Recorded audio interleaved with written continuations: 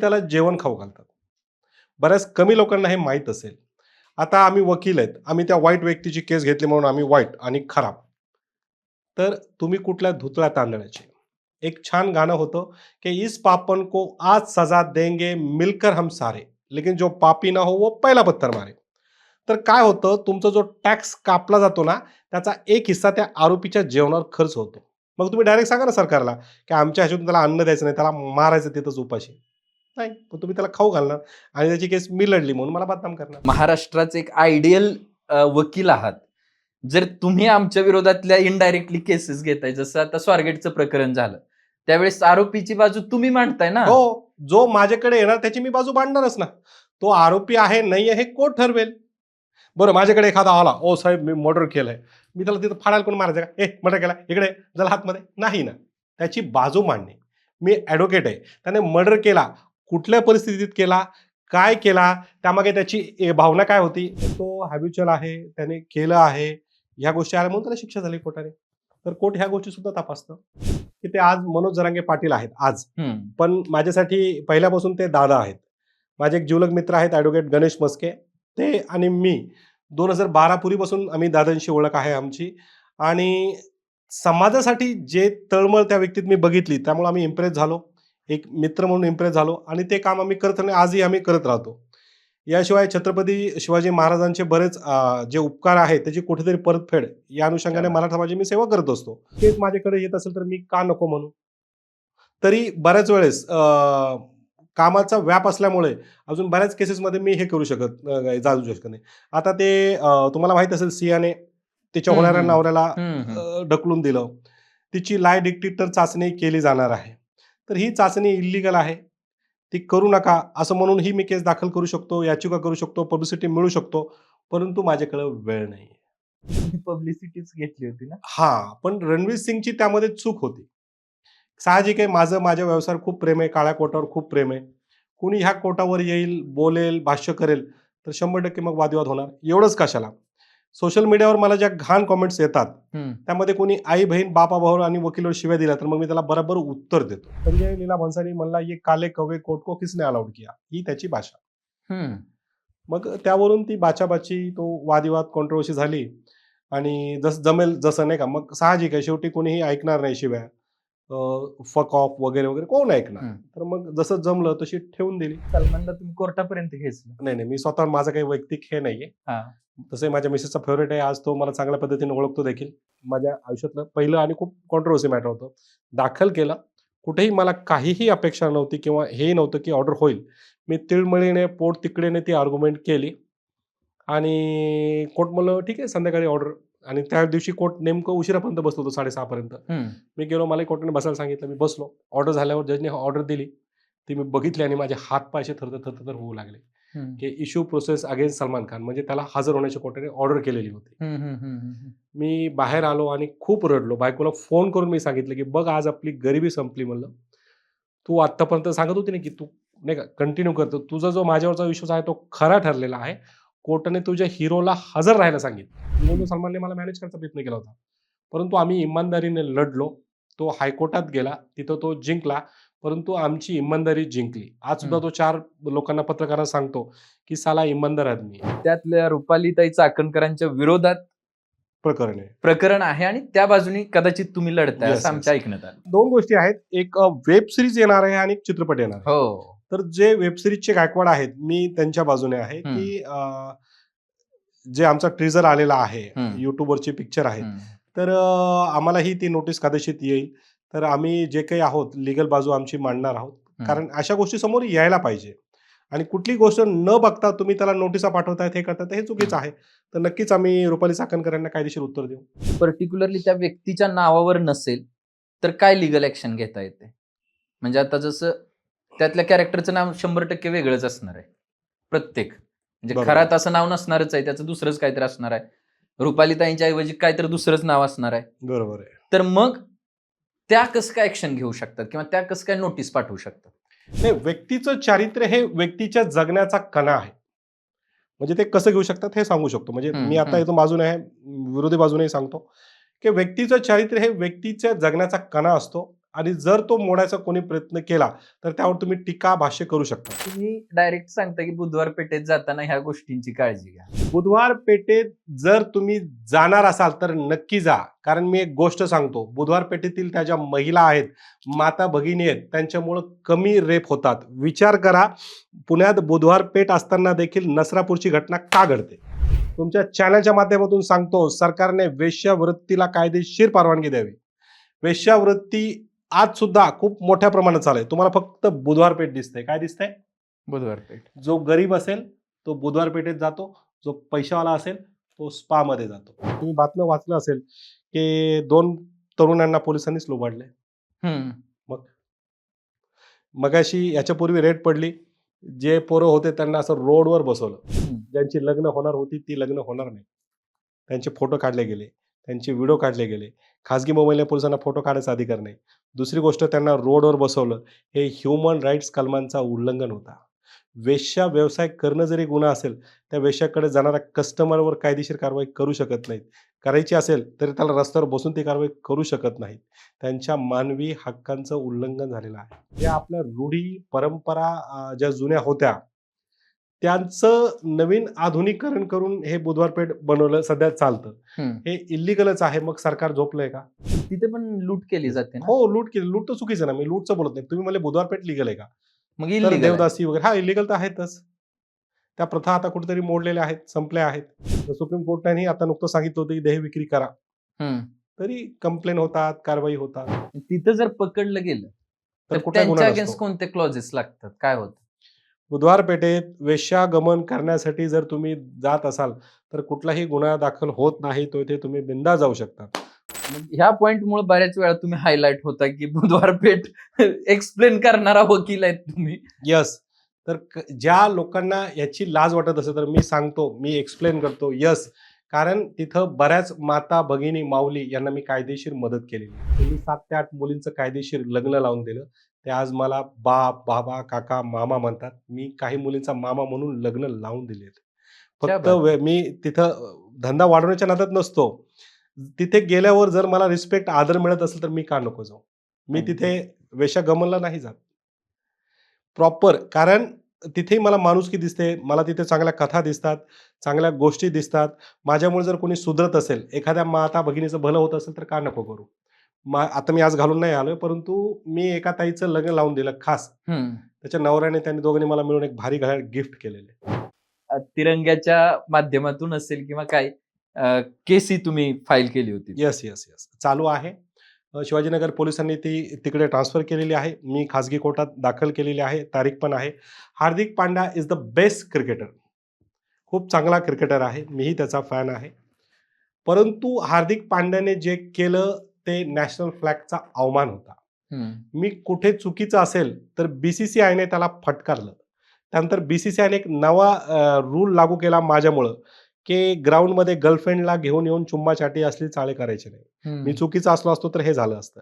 हार्दिक पांड्याच्या fan लोकांनी बऱ्याच शिवीगाळ केली, अपमान केलं. मला काही फरक पडला नाही. मी ह्या गोष्टीवर आवाज उठवला नसता. आज तो नॅशनल फ्लॅग घेऊन झोपला होता. हीच गोष्ट एका सामान्य माणसाने केली तर काय केली असती?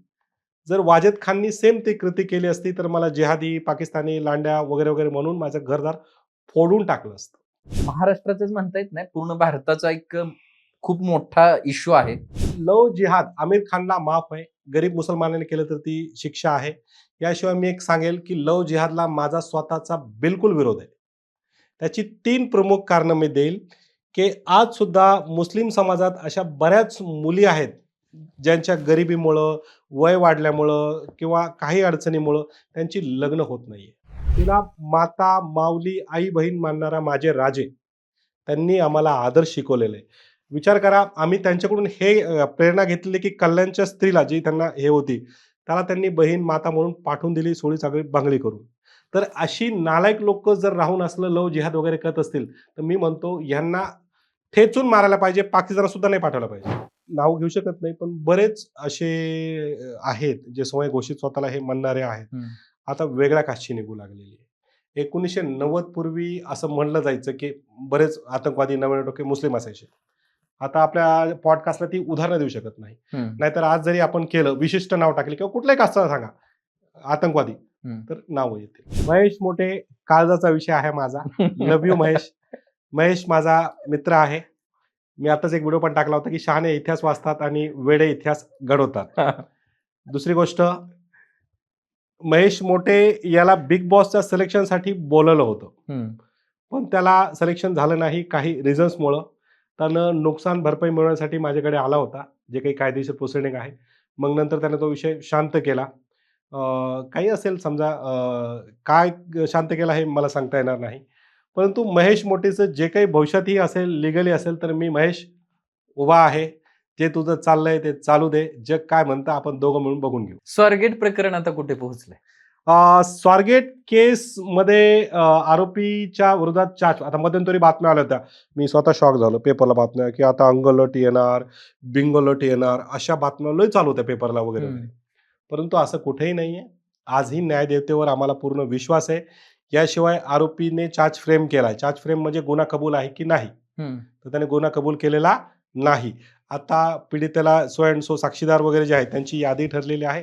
भविष्यात पीडितेला बोलवतील आणि प्रश्न उत्तर चालू होईल. त्या वकिलांनी जर ठरवलं की मी योग्य बाजूचीच केस लढेन, आणि आता तुमच्यासारख्या वकिलांनी ठरवणं म्हणजे खूप इम्पॅक्ट पडतो. म्हणजे तुम्ही केस घेतली की न्यूज होते, तर तुम्ही केस घेताना का विचार करत नाही की मी या बाजूची केस घेतली, पीडितेची केस घेतली, तर तिच्या होणारा अन्याय मी थांबवू शकतो. म्हणजे मला वाटतं याच्यासाठी मग मी आता सांगतो की अशी एखादी केस घ्यायची का नाही घ्यायची, याच्यासाठी मतदानाची प्रोसिडिंग जी आहे ती ठेवायला पाहिजे. म्हणजे जसं एखादा आमदार खासदार निवडून द्यायचा, तर वकिलाने ती केस घ्यायची का नाही घ्यायची याच्यासाठी जनतेकडून वोटिंग ठरवण्यात यावी. त्या आरोपीला तिथं जेलमध्ये डांबून ठेवण्यात यावं. सिनेमातले जे वकील बघतो, जॉली LLB असेल किंवा जॉली LLB 2 असेल, ते एकदम काहीतरी असं अँटिक करायला जातात. म्हणजे सिरियसच ते लढत असतात, सिरियस केस लढत असतात, पण त्यांच्यावर हल्ले होतात, त्यांच्यावर कॉन्ट्राव्हर्सी होतात. मग खरं तर त्यांचा काही संबंध नाही. समजा माझी केस आहे, मी गुन्हेगार आहे, तुम्ही माझी केस घेतली म्हणून तुमच्यावरही हल्ले होतात. असा काय अनुभव आलाय का? ही डोक्यावरची चीर त्याचं मोठं उदाहरण आहे. इथं पायालाही लागलेलं आहे दुसऱ्या वेळेस, हेही उदाहरण आहे. काही छपरी लोकही असतात, फोन करून कंटिन्यू काही लोक त्रास पण देतात, अशांना आम्ही धडा पण शिकवतो. काही फालतू लोक स्वतः बिअर बार मध्ये दारू विकतील, नाही का, म्हणजे दारू विक्रीचा व्यवसाय करतील, पण ते मला शानपणा शिकवतील. त्यावेळेस त्यांना कायद्याच्या चौकटीतून काही शिक्षा होऊ शकते का, किंवा तसा काय क्लॉज आहे का? 18 वर्षाला 1 सेकंद जरी कमी असेल तर त्या पोरीशी 200 मीटर लांब राहा.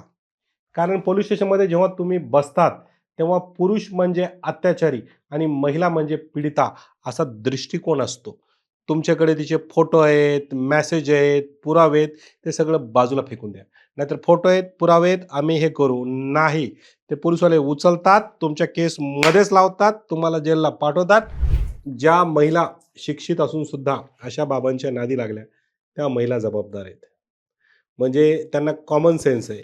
एखाद्या पुरुषाला तुम्ही चुकीचं बोट लावा, तो तुम्हाला फडकन कानाखाली काढेल. मग ह्या महिलांना दिसत नाही. खरातकडे जाणाऱ्या महिला कोण होत्या? Financially strong. त्यांच्याकडे गरीब महिला गेलीच नाही. जी घरातली घरंदाजबाई आहे ती त्यांच्याकडे गेलीच नाही. ज्याला अति हाव होत्या अशाच पैशावाल्या महिला त्यांच्याकडे गेल्यात. खरातने गरीब महिलांना जवळ पण उभं नाही केलंय. तर त्या महिलांना अजून हाव होती. आता पूजा कशी चालते, पूजा कशी होते हे त्यांना माहीत नाही का? बेसिकली ज्या धर्मात तिने धर्म घेतला तिला सगळ्या गोष्टी माहीत असेल, तर तिला चुकीचं टच होतं, चुकीचा स्पर्श, गुड टच बॅड टच तिला कळत नाही का? एज्युकेटेड, तर त्या संबंधित महिला जबाबदार आहेत. पण उलट अश्लील केलं तिनं तर लावणीला. पोटासाठी काय करावं लागत नाही सर. तिने जे काही केलं ते पोटासाठी केलंय. अश्लीलतेपणा बघू नका. यावेळेस तुम्ही गौतमीला माफ करा. जे काही असेल तर साहजिक आहे सर, ज्या अगोदर प्रेम आहे त्याच्याशी आपण वाईट बोलू शकत नाही. कधी कधी अशा छपरी रील टाकून थोडंसं लोकांना विनोद केलेला किंवा फॉलोअर आलेला काय वाईट आहे? आमिर खाननं 3 लग्न केली, तर त्याला अगदी अजून खूप सारे राजकीय नेत्यांची पण तिथे काही फोटोमध्ये किंवा ह्याच्यामध्ये दिसले. तर असं मोठ्या लोकांच्या विरोधात ऍक्शन होत नाही आणि गोरगरिबांनी साधा सिग्नल तोडला म्हणून कारवाई होते.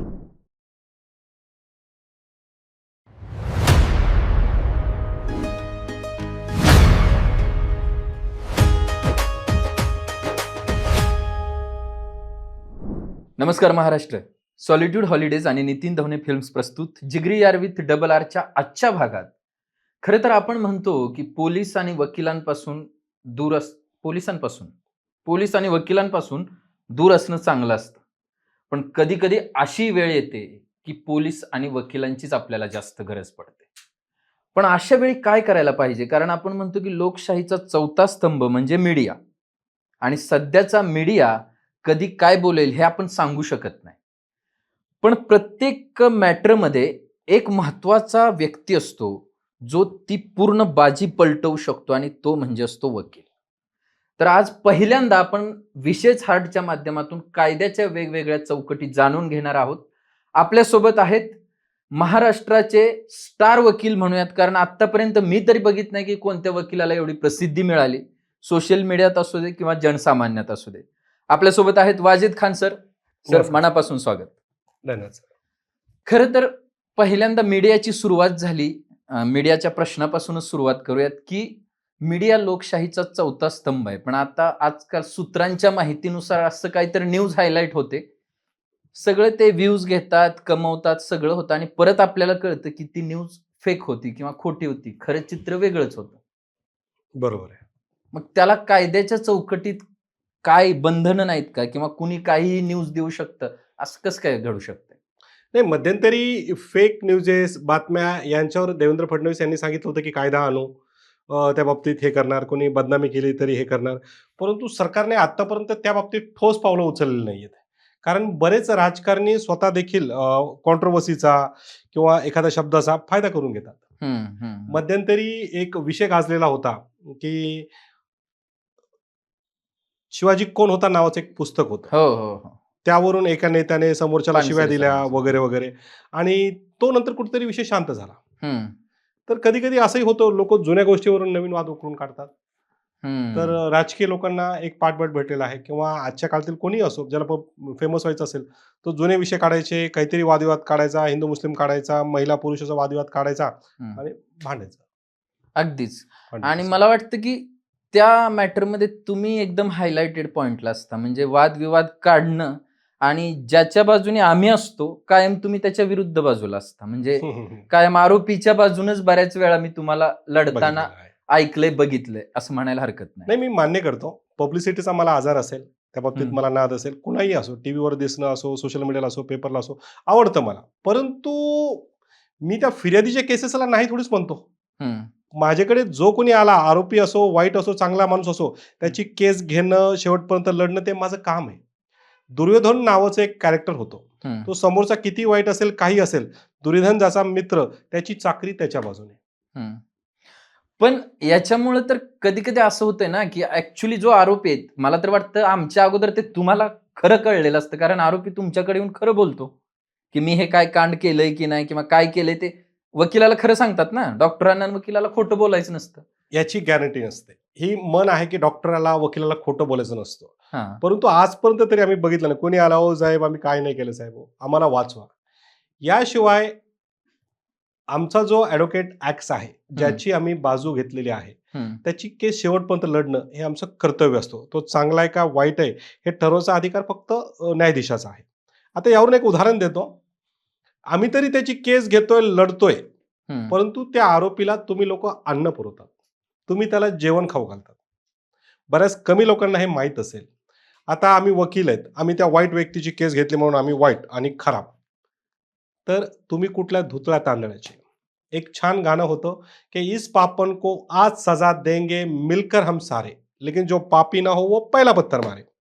तर काय होतं, तुमचा जो टॅक्स कापला जातो ना, त्याचा एक हिस्सा त्या आरोपीच्या जेवणावर खर्च होतो. मग तुम्ही डायरेक्ट सांगा ना सरकारला की आमच्या ह्याच्यातून त्याला अन्न द्यायचं नाही, त्याला मारायचं तिथंच उपाशी. नाही, पण तुम्ही त्याला खाऊ घालणार आणि त्याची केस मी लढली म्हणून मला बदनाम करणार.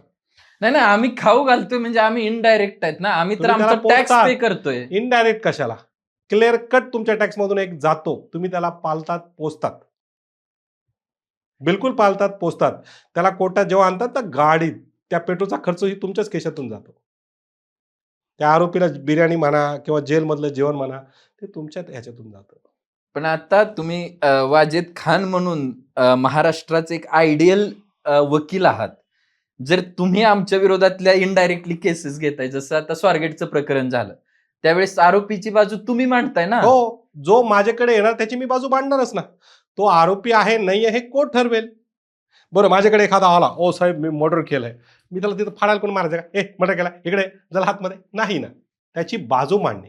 मी ॲडव्होकेट आहे. त्याने मर्डर केला, कुठल्या परिस्थितीत केला, काय केला, त्यामागे त्याची भावना काय होती. तुम्हाला एक इंटेन्शन देतो, एक कथा सांगतो, की एका व्यक्तीने त्याच्या बायकोच्या अंगावर जळती चिमणी फेकून किंवा हम्म. बायकोला पेटून हम्म. त्यानं बायकोला पेटवली आणि जिवंत मारलं, अशी केस होती. हम्म. मग तो जेलला गेला. जेलला काही वर्ष तिथं तो राहत होता. मग नाव नाही घेणार, पण समजा सो अँड सो वकील वगैरे वगैरेकडे तो आला, भेटला. मग त्याला जेव्हा विचारलं, तर त्याने सांगितलं, "मी बायकोला मारलं. हे बरोबर आहे. पण का मारलं? त्याच्या मागची पार्श्वभूमी काय होती?" की त्या माणसानं त्याच्या बायकोला परपुरुषासोबत नको त्या अवस्थेत बघितलं होतं. हम्म. मग तो पुरुष पळाला, ती बायको तिथेच घरात थांबली. हा तरी झोका घेत मुंबईमध्ये तिथं बसला होता. जलती जी चिमणी होती ती बाजूला होती आणि एवढं होऊन सुद्धा ती बाई हात वारे करत, इशारे करत त्यालाच भांडत होती. त्याला तिला मारायचं नव्हतं. तो स्वतःला शांत करत होता. त्याला राग कंट्रोल झाला नाही. त्याने फेकली चिमणी, पूर्ण बाई जळाली. तर काय होतं, मोटिव्ह, हेतू, ती काय घटना आहे, हे सगळं न्यायाधीशासमोर येतं. मग नंतर ती केस परत ओपन झाली, तो माणूस सुटला. हम्म. तर प्रत्येक वेळेस त्याचा हेतू काय होता, मोटिव्ह काय होता, घटनेचा उद्देश त्याचा खराच होता का, या सगळ्या गोष्टी सुद्धा बघितल्या जातात. आता नसरापूरच्या केसमध्ये जेव्हा शिक्षा झाली, हम्म. तर तो हॅबिच्युअल आहे, त्याने केलं आहे, ह्या गोष्टी आल्या म्हणून त्याला शिक्षा झाली कोर्टाने. तर कोर्ट ह्या गोष्टी सुद्धा तपासतं. पण सर्वात महत्वाचं म्हणजे एकीकडे तुम्ही मनोज दादा सारख्या आज महाराष्ट्राच्या काळजातल्या माणसाचं काम वकील करतो. म्हणून काम करतात आजही. आजही, आणि दुसरीकडे सगळ्या कॉन्ट्राव्हर्शियल मुद्द्यांमध्ये तुम्ही असतात. दादांसोबत काम करायचा पहिला पाठ हा घेईल, की ते आज मनोज जरांगे पाटील आहेत आज. हम्म. पण माझ्यासाठी पहिल्यापासून ते दादा आहेत. माझे एक जिवलग मित्र आहेत ॲडव्होकेट गणेश मस्के. ते आणि मी 2012 पूर्वीपासून आम्ही दादांशी ओळख आहे आमची. आणि समाजासाठी जे तळमळ त्या व्यक्तीत मी बघितली, त्यामुळे आम्ही इम्प्रेस झालो. एक मित्र म्हणून इम्प्रेस झालो आणि ते काम आम्ही करत राहणे, आजही आम्ही करत राहतो.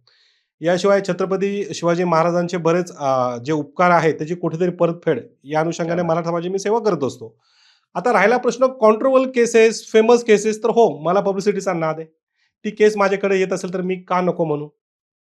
तरी बऱ्याच वेळेस कामाचा व्याप असल्यामुळे अजून बऱ्याच केसेसमध्ये मी हे करू जाऊ शकत नाही. आता ते तुम्हाला माहित असेल, सियाने तिच्या हम्म, होणाऱ्या हम्म. नवऱ्याला हम्म. ढकलून दिलं. तिची लाय डिटेक्टर चाचणी केली जाणार आहे. तर ही चाचणी इल्लीगल आहे. ती करू नका असं म्हणून ही मी केस दाखल करू शकतो, याचिका करू शकतो, पब्लिसिटी मिळू शकतो. परंतु माझ्याकडे वेळ नाही. वेळेची अडचण आहे. पण जर हे करायचं हो, नाही हो. तर मग रणवीर सिंगला चापट मारून तर तुम्ही पब्लिसिटीच घेतली होती ना. हां, पण रणवीर सिंगची त्यामध्ये चूक होती. साहजिक आहे, माझं माझ्या व्यवसायावर खूप प्रेम आहे, काळ्या कोटावर खूप प्रेम आहे. कुणी ह्या कोटावर येईल, बोलेल, भाष्य करेल, तर 100% मग वादविवाद होणार. एवढंच कशाला? सोशल मीडियावर मला ज्या घाण कमेंट्स येतात, हम्म. त्यामध्ये कोणी आई, बहीण, बापा, भाऊ आणि वकीलवर शिव्या दिल्या, तर मग मी त्याला बरोबर उत्तर देतो. हम्म. बाकी कोणी टीका केली, समजावून सांगितलं, तर मी ते ॲक्सेप्ट पण करतो. काय होतं ते प्रकरण? भोर नावाचं एक छोटंसं सुंदर असं गाव आहे. हम्म. पुण्यातलं प्रसिद्ध असं गाव आहे. तिथं समोर कोर्ट तहसील आहे. तिथं मॅटर चालतात प्रॉपर्टीशी निगडीत आणि त्याच्यासमोर एक शूटिंगचा वाडा आहे. हम्म. त्या शूटिंगच्या वाड्यामध्ये आम्ही वकील लोक जातो, आमची बॅगा वगैरे ठेवतो, कोणी नसेल तर. त्यामुळे आम्हाला तिथले कर्मचारी आणि शूटिंगचे बाउन्सर बऱ्याच वेळेस ओळखतात. तर त्या दिवशी मी तिथे माझी सकाळी बॅग ठेवली आणि मी माझ्या कामाला गेलो.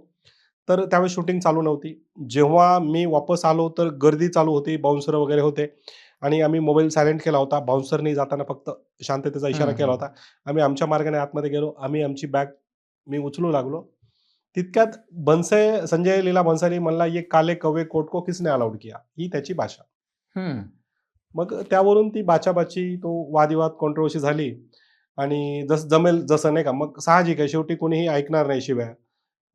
फक ऑफ वगैरे, वगैरे कोण ऐकणार? हम्म. तर मग जसं जमलं तशी ठेवून दिली आणि मग ती गोष्ट पोलीस स्टेशनपर्यंत गेली. हम्म. तिथे प्रॉपर कायदेशीररित्या त्यांच्याविरोधात तक्रार पण देखील दाखल झाली.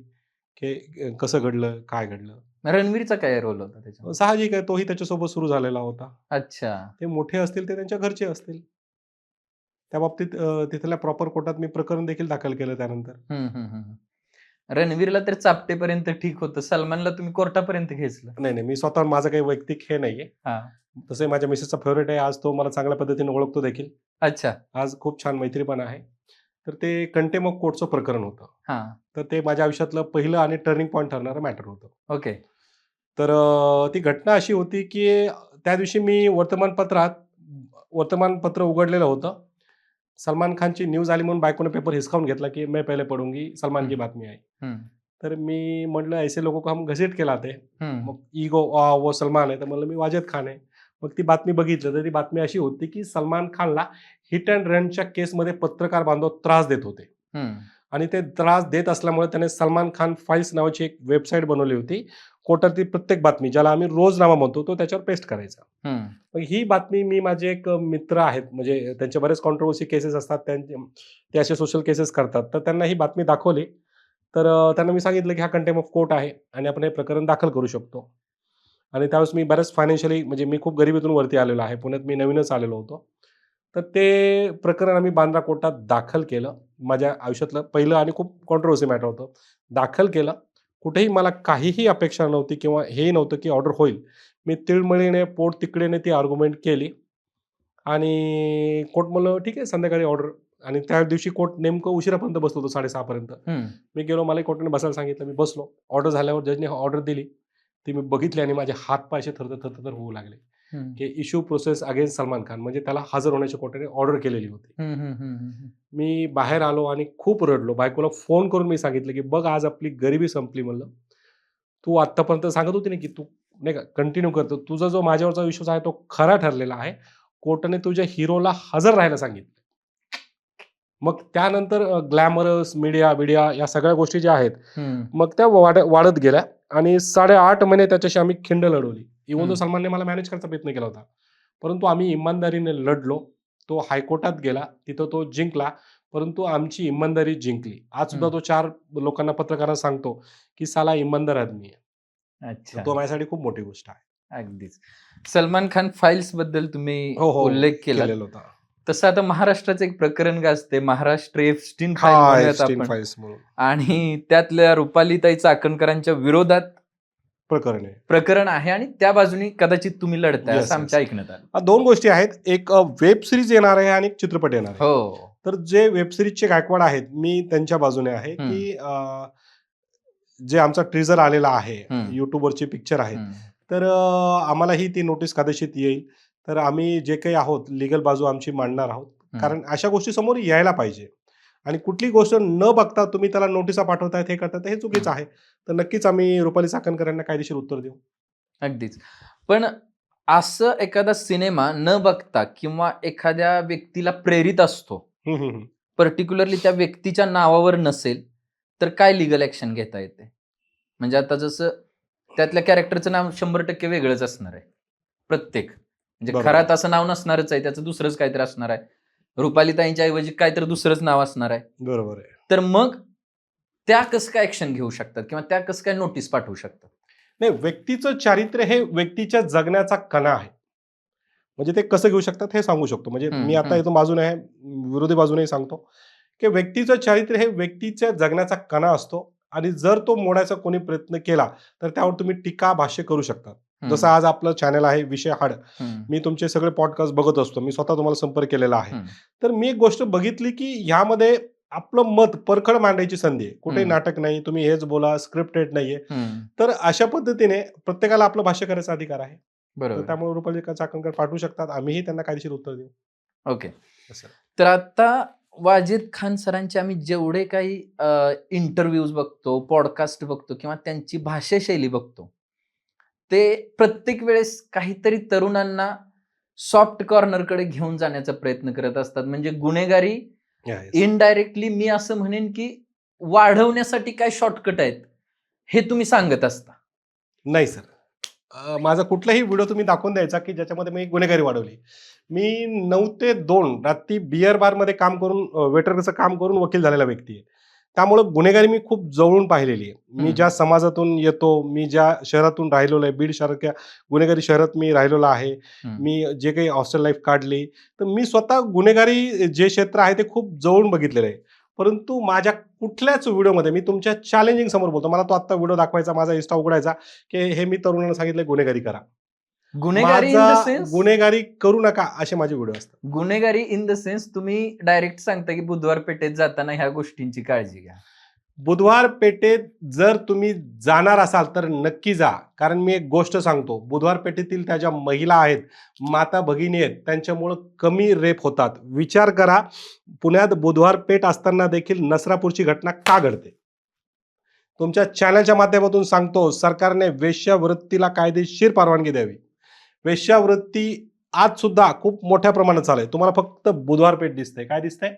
बुधवार पेठ. जो गरीब असेल तो बुधवार पेठेत जातो, जो पैशावाला असेल तो स्पामध्ये जातो. पुण्यातल्या बऱ्याच स्पावर छापे पडतात, बऱ्याच ठिकाणी छापे पडत नाहीत. नाव घेणार नाही. काही पोलीसवाले त्यांचे स्वतःचे स्पा सेंटर आहेत. काही राजकीय नेते त्यांचे स्वतःचे स्पा सेंटर आहे. स्पा सेंटरमध्ये मी सगळे स्पा सेंटर म्हणणार नाही, काही स्पा सेंटरमध्ये वेगळ्या फॅसिलिटी सुद्धा दिले जातात. तर सांगा, मी बुधवार पेठेत जाण्याचा सल्ला जो देतो चुकीचा देत नाही. ते तुमचा दृष्टिकोन आहे. पण मग तिथे जाताना तुम्ही सांगता की जर पोलिसांनी अडवलं त्यांच्याशी रूडली वागा किंवा rudely in the sense cut to cut बोला, 1 to 1 काउंटर बोला डायरेक्ट. हो, मी खूप पोलिसांचा आदर करतो, रिस्पेक्ट करतो. परंतु तुम्ही जिथे चुकीचं नसाल तेव्हा डायरेक्ट बोला. आता नुकतंच तुम्ही बातम्या वाचलं असेल, की 2 तरुणांना पोलिसांनीच लुबाडलंय. मगाशी याच्यापूर्वी रेड पडली. जे पोरं होते त्यांना असं रोडवर बसवलं. ज्यांची लग्न होणार होती ती लग्न होणार नाही. त्यांचे फोटो काढले गेले, त्यांचे व्हिडिओ काढले गेले. खाजगी मोबाईलने पोलिसांना फोटो काढायचा अधिकार नाही. दुसरी गोष्ट, त्यांना रोडवर बसवलं. हे ह्युमन राईट्स कलमांचा उल्लंघन होता. वेश्या व्यवसाय करणं जरी गुन्हा असेल, त्या वेश्याकडे जाणाऱ्या कस्टमरवर कायदेशीर कारवाई करू शकत नाहीत. करायची असेल तरी त्याला रस्त्यावर बसून ती कारवाई करू शकत नाहीत. त्यांच्या मानवी हक्कांचं उल्लंघन झालेलं आहे. बुधवार पेठ लिगल आहे का? बुधवार पेठ ज्या आपल्या रूढी, परंपरा ज्या जुन्या होत्या, त्यांचं नवीन आधुनिकीकरण करून हे बुधवार पेठ बनवलं, सध्या चालतं. हे इल्लीगलच आहे. मग सरकार झोपलंय का? पण तिथे पण लूट केली जाते ना. हो, लूट केली. लूट तर चुकीचं ना. मी लूटचं बोलत नाही. तुम्ही मला बुधवार पेठ लीगल आहे का? मग तर इल्लीगल आहे. देवदासी वगैरे हा इल्लीगल तर आहेतच. त्या प्रथा आता कुठेतरी मोडलेल्या आहेत, संपल्या आहेत. मग आता जे शारीरिक देह विक्री चालते, तर सुप्रीम कोर्टानेही आता नुकतं सांगितलं होतं की देह विक्री करा. तरी कंप्लेन होतात, कारवाई होतात. पण तिथं जर पकडलं गेलं तर तर कुठला गुन्हा त्यांच्या अगेन्स्ट नसतो. कोणते क्लॉजेस लागतात? काय होतं? बुधवार पेठेत वेश्यागमन करण्यासाठी जर तुम्ही जात असाल, तर कुठलाही गुन्हा दाखल होत नाही. तो इथे तुम्ही बिनधास्त जाऊ शकता. मग ह्या पॉइंटमुळे बऱ्याच वेळा तुम्ही हायलाइट होता की बुधवार पेठ एक्सप्लेन करणारा वकील आहेत तुम्ही. यस. तर ज्या लोकांना याची लाज वाटत असेल तर मी सांगतो, मी एक्सप्लेन करतो. यस. कारण तिथं बऱ्याच माता, भगिनी, माऊली यांना मी कायदेशीर मदत केलेली आहे. त्यांच्या अडीअडचणीला मी जातो. याशिवाय मला अभिमान आहे, अभिमान, की मी 7 ते 8 मुलींचं कायदेशीर लग्न लावून दिलं. ते आज मला बाप, बाबा, काका, मामा म्हणतात. मी काही मुलींचा मामा म्हणून लग्न लावून दिलेत. क्या फक्त बात. मी तिथं धंदा वाढवण्याच्या नादात नसतो.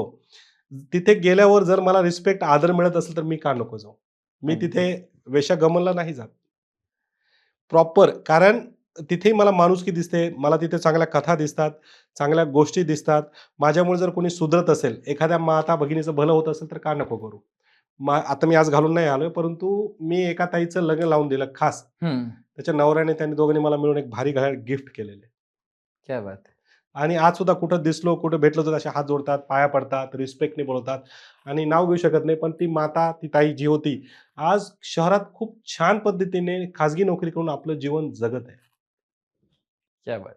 एवढ्या सगळ्या चांगल्या गोष्टी करतायत. कधी कधी उठून मग हार्दिक पांड्यासारख्या एखाद्या चांगल्या क्रिकेटरवर तिरंग्याच्या माध्यमातून असेल किंवा काय केसी तुम्ही फाईल केली होती. Yes, yes, yes. चालू आहे. शिवाजीनगर पोलिसांनी ती तिकडे ट्रान्सफर केलेली आहे. मी खाजगी कोर्टात दाखल केलेली आहे. तारीख पण आहे. Hardik Pandya is the best cricketer.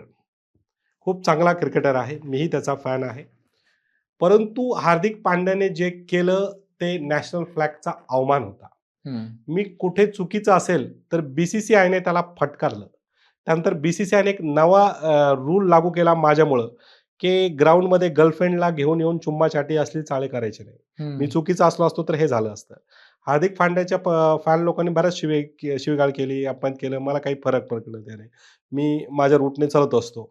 National flag जर मी ह्या गोष्टीवर आवाज उठवला नसता, आज तो नॅशनल फ्लॅग घेऊन झोपला होता. हीच गोष्ट एका सामान्य माणसाने केली तर काय केली असती? जर वाजेद खाननी सेम ती कृती केली असती तर मला जिहादी, पाकिस्तानी, लांड्या वगैरे वगैरे म्हणून माझं घरदार फोडून टाकलं असतं. तर ती चुकीची दिसली म्हणून मी केलं.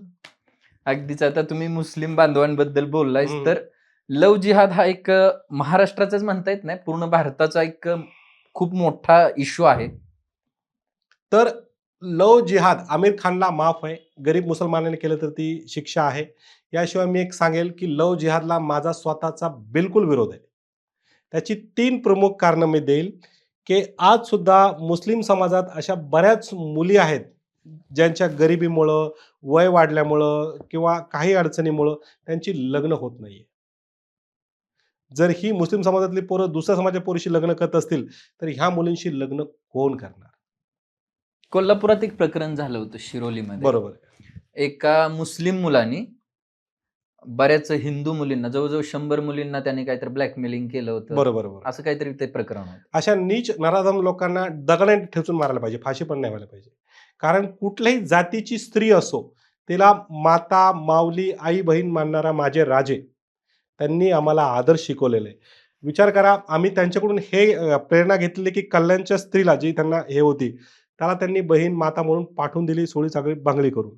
तर अशी नालायक लोक जर राहून असलं लव जिहाद वगैरे करत असतील, तर मी म्हणतो यांना ठेचून मारायला पाहिजे, पाकिस्तानात सुद्धा नाही पाठवलं पाहिजे. 99% वेळा जे अतिरेकी असतात ते मुस्लिम असतात. परंतु ही पूर्वीची म्हण होती. आता नाव घेऊ शकत नाही, पण बरेच असे आहेत जे स्वयं घोषित स्वतःला हे म्हणणारे आहेत. आता वेगळ्या कास्टची निघू लागलेली आहे. 1990 पूर्वी असं म्हणलं जायचं की बरेच आतंकवादी 99% मुस्लिम असायचे. आता आपल्या पॉडकास्टला ती उदाहरणं देऊ शकत नाही. नाहीतर आज जरी आपण केलं, विशिष्ट नाव टाकले किंवा कुठल्याही कास्टचा सांगा आतंकवादी, तर नाव येतील. ओके. महेश मोटेंचं प्रकरण तुम्ही बिग बॉस आणि ते वाद जो होता त्याच्यासाठी तुम्ही वकील म्हणून भूमिका निभावत होता. काय होतं ते प्रकरण आणि कुठपर्यंत पोहोचलं ते? महेश मोठे काळजाचा विषय आहे माझा. Love you Mahesh. महेश माझा मित्र आहे. मी आताच एक व्हिडिओ पण टाकला होता की शहाणे इतिहास वाचतात आणि वेडे इतिहास घडवतात. दुसरी गोष्ट, महेश मोठे याला बिग बॉसच्या सिलेक्शनसाठी बोलवलं होतं, पण त्याला सिलेक्शन झालं नाही काही रिझन्समुळं. त्यानं नुकसान भरपाई मिळवण्यासाठी माझ्याकडे आला होता, जे काही कायदेशीर प्रोसिडिंग आहे. मग नंतर त्याने तो विषय शांत केला. काही असेल समजा, काय शांत केला हे मला सांगता येणार नाही. परंतु महेश मोटेचं जे काही भविष्यातही असेल, लिगली असेल, तर मी महेश उभा आहे. जे तुझं चाललंय ते चालू दे. जग काय म्हणतं आपण दोघं मिळून बघून घेऊ. ओके. स्वारगेट प्रकरण आता कुठे पोहोचलंय? स्वारगेट केसमध्ये आरोपीच्या विरोधात चार्ज, आता मध्यंतरी बातम्या आल्या होत्या. मी स्वतः शॉक झालो. पेपरला बातम्या की आता अंगलट येणार, बिंगलट येणार, अशा बातम्या लय चालू होत्या पेपरला वगैरे. परंतु असं कुठेही नाहीये.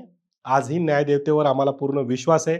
याशिवाय आरोपीने चार्ज फ्रेम केलाय. चार्ज फ्रेम म्हणजे गुन्हा कबूल आहे की नाही, तर त्याने गुन्हा कबूल केलेला नाही. आता पीडितेला सो अँड सो साक्षीदार वगैरे जे आहेत त्यांची यादी ठरलेली आहे. भविष्यात पीडितेला बोलवतील आणि प्रश्न उत्तर चालू होईल. पण तुम्हाला आता त्यांच्याबद्दल जे काही माहित आहे की ते आरोपी आहेत किंवा नाही, बऱ्याच गोष्टी तुम्हाला इंटरनली कळलेल्या असतील, तर त्या जेव्हा कळतात तेव्हा वकील आपल्या क्लायंटला म्हणूयात सिक्युअर करण्याचा प्रयत्न करतात, बरोबर ना? म्हणजे माझा क्लायंट वाचला पाहिजे, तो आरोपी असो किंवा फिर्यादी असो. कुठल्याही वगैरे तोच हेतू असतो. रेपची केस नाही, साधी पोटगीची केस असेल, हुंडाबळीची असेल, तरी तो आपल्या आरोपीला वाचवायचा प्रयत्न करतो. कारण ॲडव्होकेट ऍक्ट्स नुसार ते आमचं कर्तव्य आहे. पण मग कधी कधी ह्याच्यामुळे कितीतरी आरोपी सुटत असतील ना. पण तुमच्यामुळे लोक आरोपी जगतायत ना. चला आरोपी सुटले, पण तुम्ही लोक, नॉर्मल लोक, सामान्य लोक, तुम्ही त्याला पालन पोषण करून जेवण का घालताय? तुम्ही बंद करा ना ते.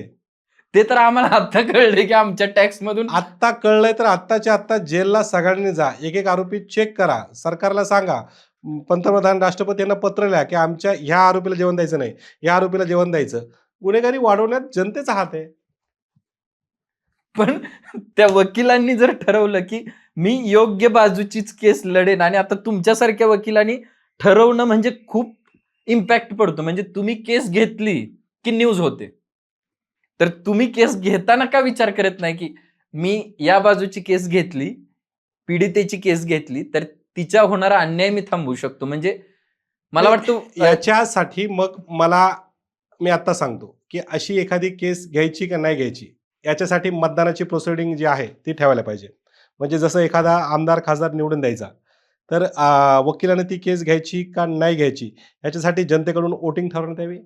त्या आरोपीला तिथं जेलमध्ये डांबून ठेवण्यात यावं. मग जनतेचा वोट आला की हे करावं. आता नसरापूरमध्ये नाही का वकील देण्यात आला, हम्म. नसरापूरच्या केसमध्ये वकील देण्यात आला. कसा मग देण्यात आला? सरकारने दिला. नाही नाही, मग आरोपीला जेव्हा कोण दिला सरकारी वकील? आरोपीला जेव्हा सरकारी वकिलाचा खर्च कोण पुरवतो? तुम्ही आणि सरकार, जे मुख्यमंत्री आहेत, पीएम आहेत ते. तुम्ही फिरवून फिरवून आमच्यावरतीच आणताय. आरोपीला जेव्हा वकील दिला जातो, अशी जेव्हा परिस्थिती येते आणि तो वकील तुम्ही असता, तेव्हा घरून काय प्रतिक्रिया येतात? आई वडील असतील, फॅमिली असेल. सर, माझे आई वडील हे बीड शहरात राहतात हम्म. आणि ती अतिशय सामान्य लोक आहेत. त्यांना माझ्या प्रोफेशन बद्दल खरंच काही देणं घेणं नाहीये. ओके. म्हणजे आजपर्यंत मी तरी नाही बघितलं की कुठली केस घेतली म्हणून माझी प्रशंसा केली किंवा कुठली केस हरवलं म्हणून त्यांनी हे केलंय. ते अतिशय सामान्य लोक आहेत. ते हे बघतात, मात्र लोक माझ्यासोबत फोटो काढतात, व्हिडिओ काढतात, टीव्हीवर दिसतो हे. पण त्यांना ह्याचं काही दे घेणं घेणं नाही. ते आज सुद्धा मला ज्या प्रकारे पूर्वी झापायचे रागवायचे, ते आज पण त्याच पद्धतीने बोलतात. म्हणजे त्यांना ह्या गोष्टी देणं घेणं नाही. राहिला प्रश्न माझ्या बायकोचा, म्हणजे एखाद्या विषयामध्ये जेव्हा कॉन्ट्रोवर्सी होते, वादविवाद होतो, तर ती मला नेहमी कॉपरेट करते. म्हणजे ती बायको कमी आणि माझी मैत्रीण जास्त आहे. क्या बात. कारण तिला माहित आहे की हे प्रोफेशन जे आहे तू खूप कष्टाने मिळवलेलं आहे. लोक काय म्हणतील, माझ्या नवऱ्याला लोक वाईट बोलतील का चांगलं बोलतील, हे मला देणं घेणं नाहीये. तू फक्त एक काम कर, तुझं काम शेवटपर्यंत इमानदारीने कर. म्हणजे तो चांगला आहे की खराब आहे हे आपण नंतर बघू, ते जज ठरवेल. तू फक्त ते काम इमानदारीने करत राहा, म्हणून त्याचा मला कॉपरेट मिळतो. क्या बात. येस, त्यामुळे तो टेन्शन नाही. कारण आम्ही कॉमनली सिनेमातले जे वकील बघतो, जॉली LLB असेल किंवा जॉली LLB 2 असेल, ते एकदम काहीतरी असं अँटिक करायला जातात. म्हणजे सिरियसच ते लढत असतात, सिरियस केस लढत असतात, पण त्यांच्यावर हल्ले होतात, त्यांच्यावर कॉन्ट्राव्हर्सी होतात. मग खरं तर त्यांचा काही संबंध नाही. समजा माझी केस आहे, मी गुन्हेगार आहे, तुम्ही माझी केस घेतली म्हणून तुमच्यावरही हल्ले होतात. असा काय अनुभव आलाय का? ही डोक्यावरची चीर त्याचं मोठं उदाहरण आहे. इथं पायालाही लागलेलं आहे दुसऱ्या वेळेस, हेही उदाहरण आहे. काही छपरी लोकही असतात, फोन करून कंटिन्यू काही लोक त्रास पण देतात, अशांना मी धडा पण शिकवतो. काही फालतू लोक स्वतः बिअर बारमध्ये दारू विकतील, नाही का, म्हणजे दारू विक्रीचा व्यवसाय करतील, पण ते मला शहाणपणा शिकवतील. ते स्वतः त्यांच्या हॉटेलमध्ये बालकामगार ठेवतील, पण मला शहाणपणा शिकवतील. तर असे लोक पण असतात, वादविवाद वगैरे, नाही का. की पण कसं आहे सर, की एकदा या व्यवसायाशी प्रेम जळलं तर हळूहळू होतं. आणि मग आता काही म्हणजे कोणी आता हात लावायची हिंमत करत नाही, कारण नाव वाढलंय, प्रेस्टिज वाढलंय. याशिवाय माझे काही मित्र आहेत आणि सामान्य लोक, म्हणजे मी बऱ्याच लोकांसाठी जे काम करतो, तर आजूबाजूला नेहमी कोणी ना कोणी असतं मदतीला. अगदीच. आणि बऱ्याच वेळा तुम्ही पुरुषांची बाजू मांडता, असाही तुमच्यावर आरोप केला जातो. हे खरं आहे की मी 99% पुरुषांचीच बाजू मानतो, पुरुषांच्याच केसेस घेतो. महिलांच्या केसेस घेताना माझी एक कंडिशन असते की ताई, तुझ्यावर खरंच अन्याय झाला असेल तर मी सोबत येईल, समोर येईल. मला त्या केसेसमध्ये दुसऱ्यांची नावं टाकणार नाही, किंवा ह्या सगळ्या गोष्टी जरी तुला इग्नोर करायच्या असेल तर ती केस लढताना मला फ्रीडम दे. कारण काय असतो, बऱ्याच अंशी, सगळ्या नाही, पण काही महिला ह्या कन्फ्यूज असतात. म्हणजे उदाहरण देतो, मला नांदायला जायचंय म्हणून केस टाकणार आणि हळूच, नको सर ते लईच नीच आहे, आता मला नाही नांदायचंय. मग यू टर्न घ्यावा लागतो. आज सुद्धा बऱ्याच रेप केसेसमध्ये महिला माघार घेतात. 50% पेक्षाही अधिक केसेसमध्ये महिला माघार घेतात. म्हणजे काय होतं, रेपची केस आली, सर त्याने माझ्यावर बलात्कार केलाय, रेप केलाय, माझा वापर केलाय, लग्नाचं आमिष दिलंय, मला आपल्याला केस टाकायची आहे त्याच्यावर. केसेस चालणार आणि हळूच, नाही सर आपल्याला नाही लढायची ती, आता आपण शपथपत्र देऊ, मोकळं होऊ, नको आपल्याला हे नाही करायचंय, तर माघार. तर यू टर्न, ताई तू जर यू टर्न करणार असेल तर तुझी केस मला नकोय. केस शेवटपर्यंत लढणार अशी हमी दे, मग आपण केस लढू. पुरुषांमध्ये हे नसतं. पुरुष काय असतात, सर केस आहे आपल्या शेवटपर्यंत. बायको आणायची तर आणायचीच, नाही आणायची तर नाहीच आणायची. पण अशा जर केस महिलांनी चुकीची टाकली, समजा एखाद्यावर टाकली की यानं माझा बलात्कार केलेला आहे, खरं जर घडलं नसेल, तुम्ही जसं म्हणालात त्यामधून बॅकआउट करतात, सोडून देतात ती केस किंवा नको थांबूयात असं म्हणतात. त्यावेळेस त्यांना कायद्याच्या चौकटीतून काही शिक्षा होऊ शकते का? किंवा होऊ तसा काही शकते ना. क्लॉज आहे का? एखाद्यावर खोटी केस टाकणे 420 468 पूर्वी होतं. आता नवीन कलम आलेली आहे. समजा तुम्ही एखाद्या पुरुषावर खोटी केस टाकली आणि ती तुम्हाला खरी करता नाही आली, तर तुमच्यावर केसेस दाखल होतात. इव्हन दो पोलिसांनी कंप्लेंट नाही घेतली, तर 175(3) म्हणून आपण खाजगी केस दाखल करून त्या बाईवर केस करू शकतो. ओके. आता कॉमनली असं असतं, की मुलगा आणि मुलगी जेव्हा रिलेशनमध्ये असतात, मग ते लिव्ह इनमध्ये राहतील किंवा प्रेमात असतील आणि ते ठरवतात, की आता आपण घरचं काही परमिशन मिळत नाही, तर आपण पळून जाऊन लग्न करूयात. लग्न करायचा विचार करतात, ते येतात बाहेर कुठं कधी एखाद्या मंदिरात केलं किंवा तिथे काही कोर्टात करत नाहीत ते. त्याच्या अगोदर त्यांना पकडलं जातं किंवा कोर्टात करतानाही काही त्यांच्या प्रोसेस आहेत. जर हं, हं. पकडलं गेलं आणि मुलीने पलटी खाल्ली असे बरेच मॅटर आपण बघतो आणि त्यात 99% वेळा मुलगा फसतो. त्यावेळेस काय करायला पाहिजे? पहिल्यांदा एक वाक्य सांगतो, की मित्रा, प्रेम करताना खूप काळजी घे. मित्रा, प्रेम करताना 100 नाही 1000 वेळेस विचार घे. कारण बऱ्याच राणी कोर्टाच्या पिंजऱ्यात पलटताना किंवा पोलीस स्टेशनच्या बाकड्यावर पलटताना या डोळ्याने बघितलेलं आहे. म्हणजे आई जर म्हणली, "मैं जहर पी के मर जाऊंगी", हं. बाप म्हणला, "मी नदीत उडी टाकेल", पोरी, तर बऱ्याच पोरी पलटतानाही आम्ही बघितलेल्या आहेत. हं. म्हणजे जर तिचा एक नकार तुम्हाला जेलमध्ये पाठवू शकतो. एक साधं उदाहरण देतो. माझी एक केस आता नुकतीच चालू आहे. त्या पोरीचं वय 18 वर्षाला 2 दिवस कमी होतं. हं. हा सारखा फोन करायचा मला, की "सर, मला तिच्यासोबत राहायचंय, तिला घरी त्रास आहे, तिला आणायची." मी सांगायचो, "नाही, 18 कंप्लीट होऊ दे. 18 कंप्लीट होऊ दे, दुसऱ्या दिवशी जाऊन लग्न लावतो." हं. नाही का? पण ती तिला फोन करायची सारखं. हं. "नाही रे, मला त्रास आहे, घरी माझी अशी अडचण आहे, माझं असं आहे, तसं आहे, हे ते."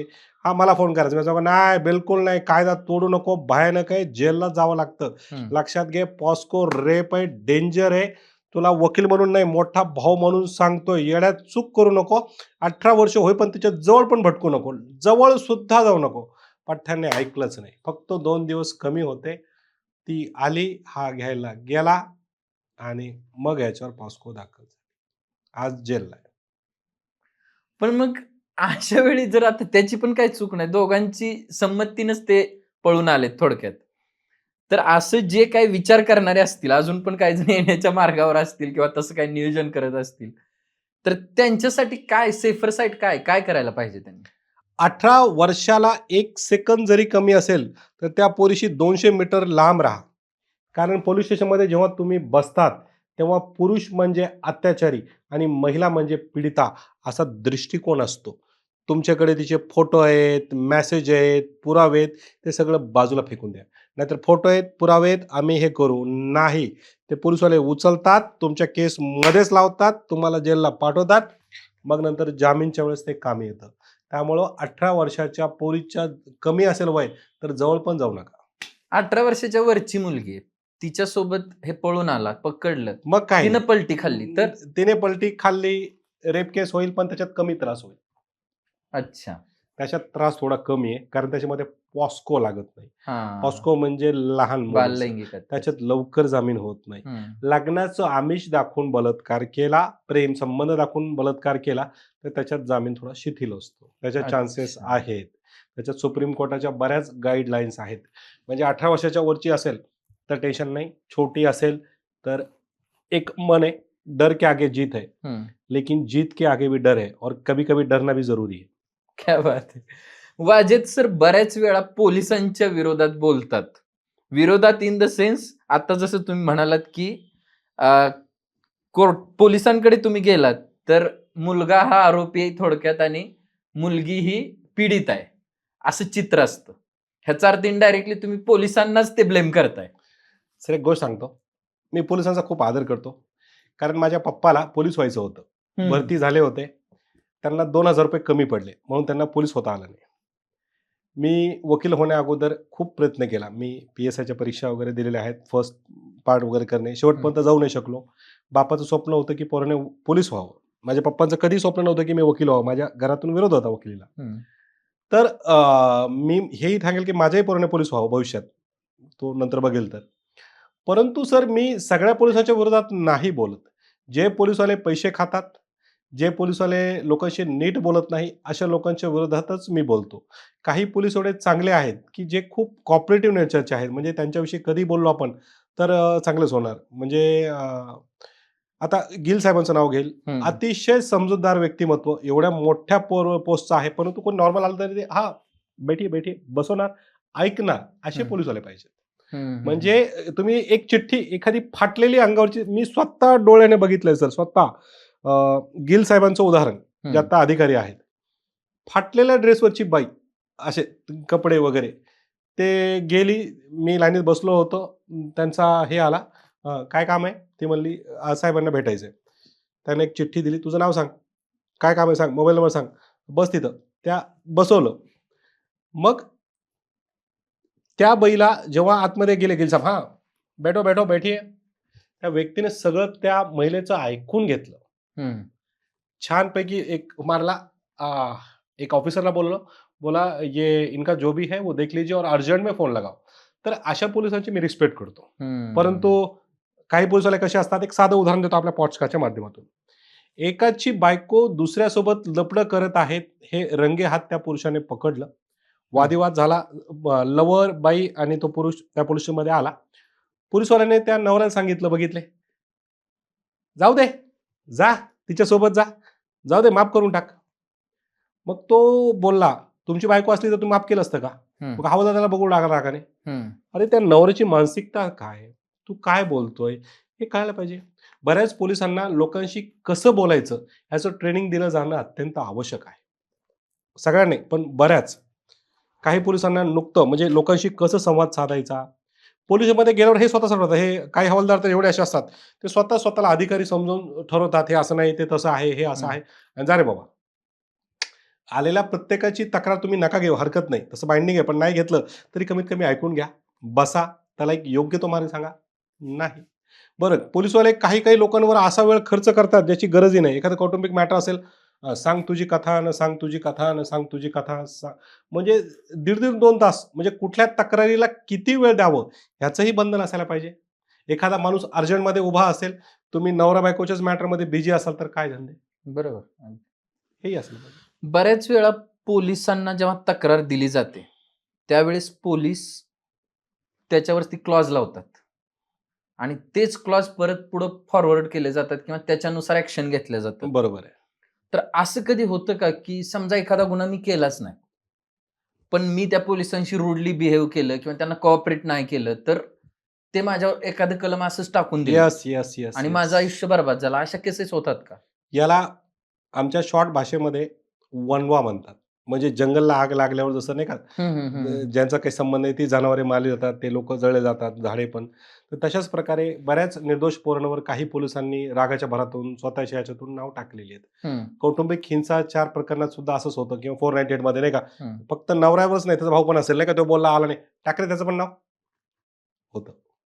अच्छा. मग त्याचं काही क्रॉस व्हेरिफिकेशन किंवा परत ॲडव्होकेटकडे जेव्हा ती केस येते, तुमच्याकडे जेव्हा ती केस येते, तेव्हा तुम्ही त्यांनी लावलेले जे क्लॉज असतात, ते कमी किंवा कट करू शकता का? कट करू शकतो, क्वॅशिंग म्हणतात त्याला. आम्ही मग वरती अपील करतो, जज समोर जातो, हम्म. जजला आम्ही सांगतो, त्याला आम्ही डिस्चार्ज म्हणतो.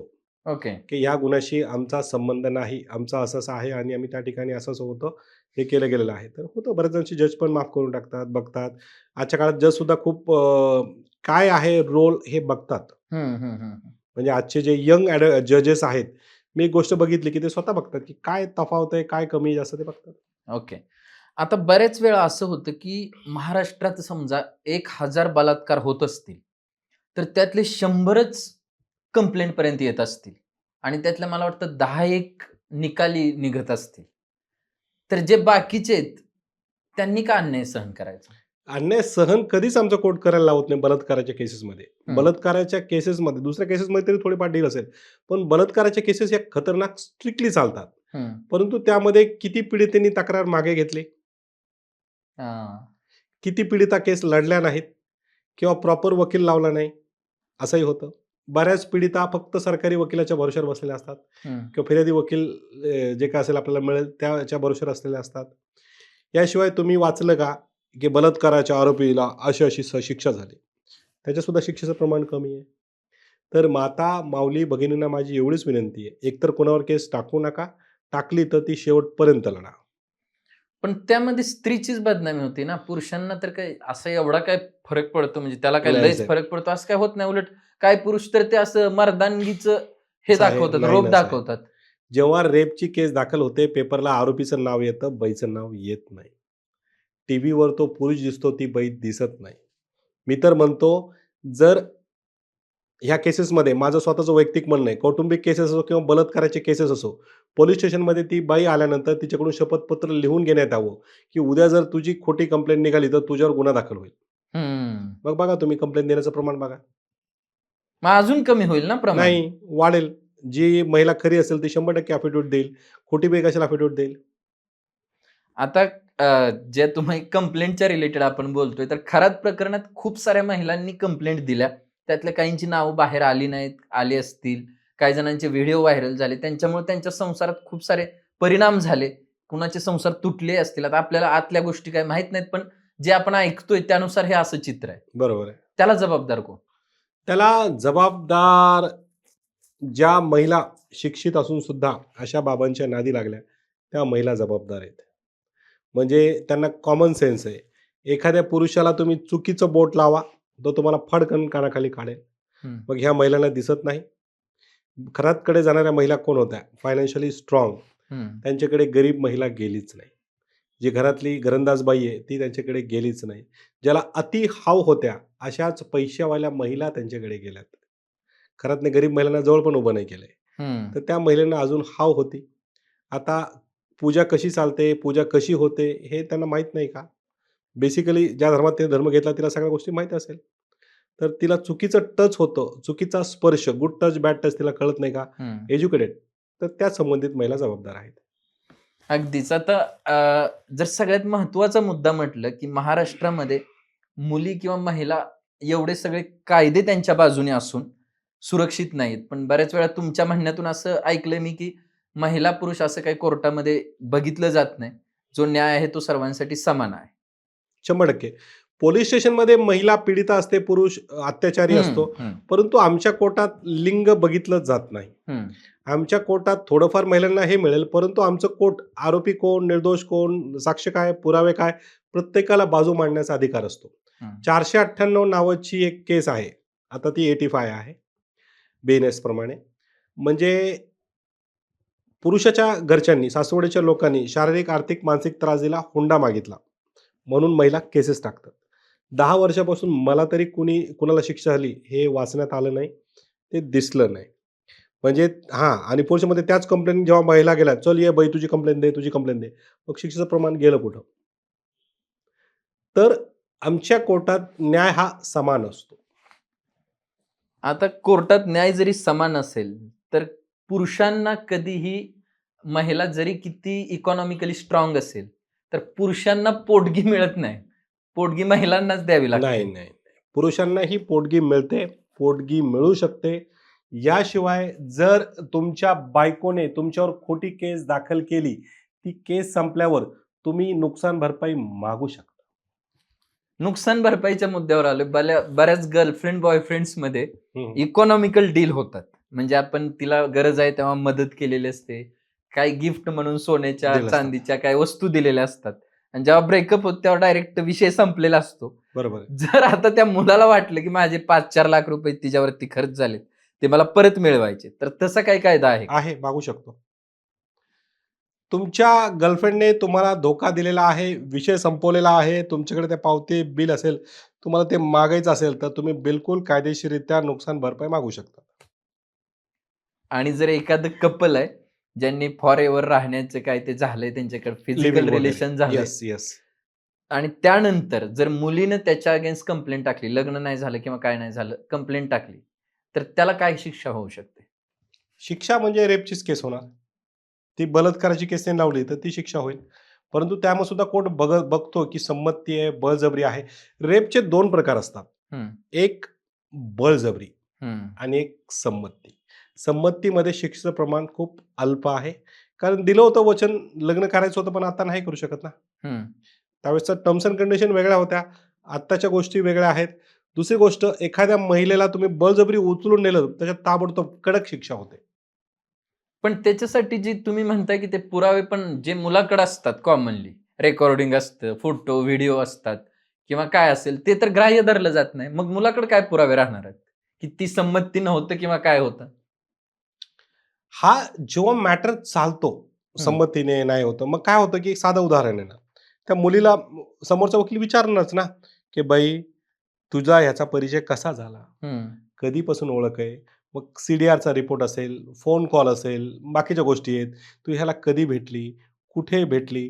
कुठे आता कुठली? हं, जसं हं, आता हं. आपण आज भेटलो आहोत बरोबर, स्टुडिओमध्ये. बरोबर. तुम्ही माझ्यासोबत काही कॉर्पोरेटमध्ये जॉब करत नव्हत्या. हं, तर हा सगळा बॅकग्राऊंड लक्षात ठेवला जातो. हं, हं, हं, एक हं. छोटंसं स्टोरी सांगतो. कंपनीत एक उच्च अधिकारी, तिथे एक सफाई काम करणारी महिला, हं. सफाई हां, हां. कामगार ती हं, काम करायची. अधिकाऱ्याने सांगितलं, की "तुला तुझ्या नवऱ्याला मी फायनान्शियली हेल्प करतो, लोन मिळवून देतो, त्याला पण नोकरी वगैरे लावू." असं म्हणून त्या महिलेशी मैत्री केली. हं, मग ती महिला त्याच्यासोबत नेहमी हा फायनान्शियली हेल्प करायचा म्हणून फिजिकली व्हायला जायची. लॉज वगैरे, वगैरे हं, जायची. हं. बऱ्याच वेळेस ती लॉजला गेली त्याच्यासोबत. मग काहीतरी कुठेतरी काहीतरी बिनसलं, खटकलं. मग तिने FIR दिली, की मला लॉजवर नेलं, गुंगीचं औषध दिलं. गुंगीचं औषध देऊन माझ्यावर बलात्कार बलात्कार केला. केला. हां. आता ही केस जेव्हा चालली, तेव्हा साहजिक आहे ना, "बाई तुला गुंगीचं औषध लॉजमध्ये नेऊन दिलं का लॉजच्या बाहेर दिलं?" हं, ती म्हणाली, "नाही, अगोदर मला फिरायला नेलं." हं, साहजिक आहे, मला फिरायला नेलं. बरं, फिरायला नेल्यावर काय केलं? मग म्हणे जिथं आम्ही बसलो होतो, तिथं गुंगीचं औषध दिलं. हं, बरं, मग त्या गुंगीच्या अवस्थेत तू त्याच्यासोबत टू व्हीलरमध्ये आली, फोर व्हीलरमध्ये आली, कुठपर्यंत आली? बरं, लॉजवर जेव्हा त्याने तुला उचलून आणलं का तू स्वतः चालून आली? हं, साहजिक आहे. मग काउंटरला मस्टरला सही तू केली, शुद्धीत केली का बेशुद्धीत केली? कारण साहजिक आहे, प्रत्येक गोष्टी आहेत आणि लॉजवाले स्ट्रिक्ट आहेत नाही का ते सह्या, हं, हं, कारण ती हं. सह्या वगैरे करून न्यायची. तर अशा गोष्टी जेव्हा कोर्टात येतात, मग अशा बाया खाली मान घालतात. मग तो निर्दोष सुटला, कारण संमतीने शारीरिक संबंध होते. तुमची एक रील बघितली होती, "छिनाल धंदा नहीं छोडूंगी." येस. ती रील अशी होती, की "मैं छिनाल धंदे नहीं छोडूंगी." म्हणजे अ, असं नाही, की सगळेच पुरुष खराब आहेत, व्यभिचारी आहेत. कुठल्याही पुरुषाला असं नाही वाटत, की आपण आपलं घर-संसार तोडावा. हं, कुठल्याच पुरुषाला इव्हन दो वाटत नाही. त्याचं असं वाटतं, की कामधंदा करावा, आपण आपली फॅमिली जपावी. त्याला जर घरून सगळ्या गोष्टी मिळत असेल तर. तर ती जी महिला होती, तिला वेगवेगळ्या लोकांसोबत बोलणं, भेटणं, बाकीच्या गोष्टी करायला आवडायच्या. पण ती बिचारा कामधंदा करायचा, तो कामावर गेला, हे घरातलं काम आटपलं, की ही मुलगी होती ते बघून ती आपलं हं, लोकांशी फ्लर्ट वगैरे चालू करायची.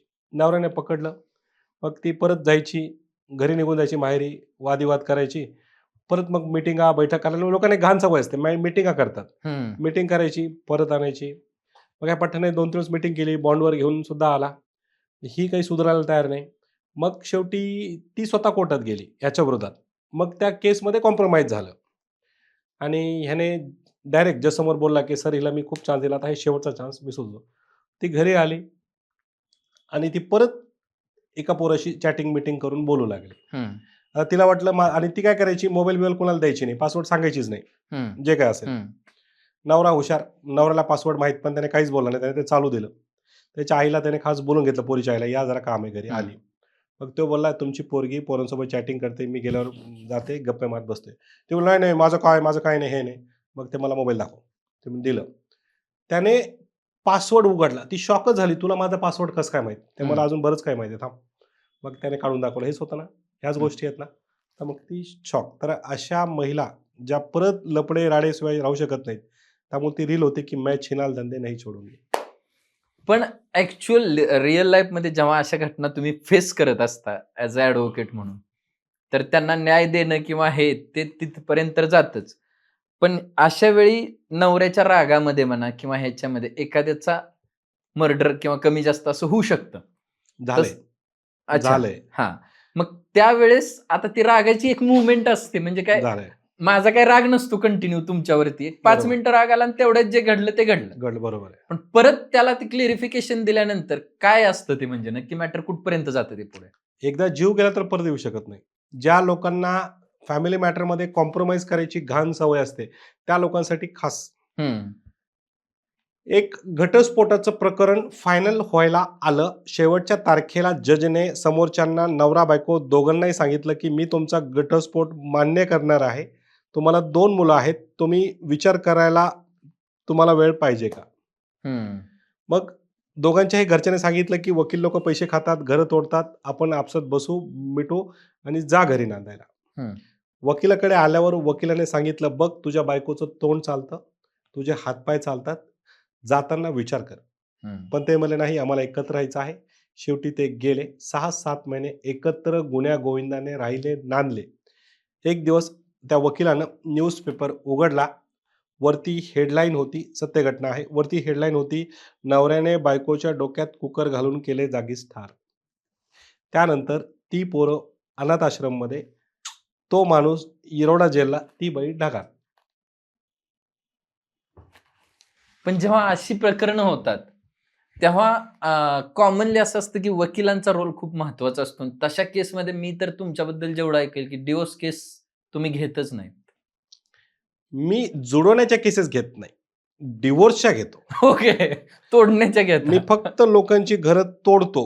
माझ्याकडे कोणी म्हणला, मला बायको नांदवायची आहे, तर मी त्याला एक सल्ला देतो, की महिला मंडळ, पोलीस आणि वकील आमच्या नादी लागू नको. तू आत्ता फिजिकली आणि मेंटली परेशान आहे. आमच्या नादी लागला तर फायनान्शियली परेशान होईल. कुठल्याही बायकोला आम्ही नांदण्यास आणू शकत नाही. ती नांदायला यावंच. ती नाही आली म्हणून जर तिला फाशी देत नाही. हम्म. हां, डिव्होर्स असेल, तुला नाही नांदायचं असेल, दोघांना वेगळं व्हायचं असेल, तर मग ये आपण ते कायदेशीर करू. हम्म. कारण काय असतं सर, माझ्या मते डिव्होर्सची प्रोसिडिंग इंडियामध्ये खूप किचकट आहे. हम्म. खूप खतरनाक आहे. हम्म. असे पुरुष किंवा महिला हे मानसिक त्रासात असतात. ते पुढेही जात नाहीत, मागेही राहत नाहीत, पुढेही जात नाहीत, मागेही राहत नाहीत. करिअर थांबलेलं असतं, मुलांचं टेन्शन असतं, सगळं असतं. डिव्होर्स जर पटापट होऊ लागली, तर जीव जाणं वाचेल. लोकांचे मानसिक त्रास वाचेल, भविष्य सुधरेल. काय होतं, दरवेळेस माफ करणं नाही का, माफ करणं हम्म. म्हणतात, कॉम्प्रोमाईज करणं, हम्म. अंत हा वाद आतून पेटत जातो. तो जो पुरुष आहे ना, तो आतून खदखदलेला असतो. कधी हम्म. राग येईल. आता महिला नाही, आमचं असंच आणि आमचं तसंच आहे आणि हेच पाहिजे आणि ते पाहिजे. तो सहन करणार, करणार, करणार. त्याचा आतमधला राग दाबत जाणार हम्म. आणि एका दिवशी तो गळाच घोटून मारणार. अशी हम्म. प्रकरणं घडली आहेत.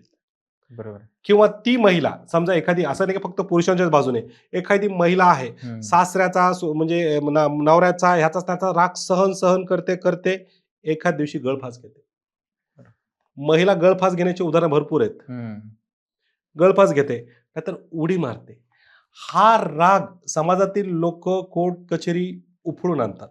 हम्म. चला रे करा. आता आता इव्हन तो महिला मंडळमध्ये काय होतं, कुठल्याही महिला मंडळमध्ये नवरा जा किंवा बायको जा, तुम्हाला माहिती आहे महिला मंडळमध्ये काय होतं, बसवतात दोघांना, सांग तुझी कथा न सांग तुझी कथा, सांग तुझी कथा न सांग तुझी कथा. त्यांना 2-4 वेळेस बोलून त्यांच्या कथा ऐकतात. हम्म. मग तुला नांदायचंय का डिवोर्स पाहिजे असं विचारतात. हम्म. मग पुरुषाकडे येतो, ती नांदायचं नाही म्हणते, किती देणार आहे पैसे तिला, बघ 2 मुलं आहेत त्यांचं दे आणि हो मोकळं. तेव्हा मला नाही मला नांदवायची आहे किंवा मला हे नाही द्यायचंय, तर मग म्हणतात दोघांचं होत नाही. त्यानंतर 498 दाखल करायला पोलिसांना पत्र पाठवून देतात. काय करतात, पोलिसांना पत्र पाठवून देतात. हां, मात्र पोलिसवाले मी ह्या बाबतीत मान्य करेल. पोलिसांची एक योग्य बाजू मी ह्यामध्ये घेईन, की फॅमिली मॅटरमध्ये पोलिसवाले नेहमी हे करतात, की जाऊ द्या कशाला भांडतायत, मिटून टाका, तुमचं समझोता. जमतंय का?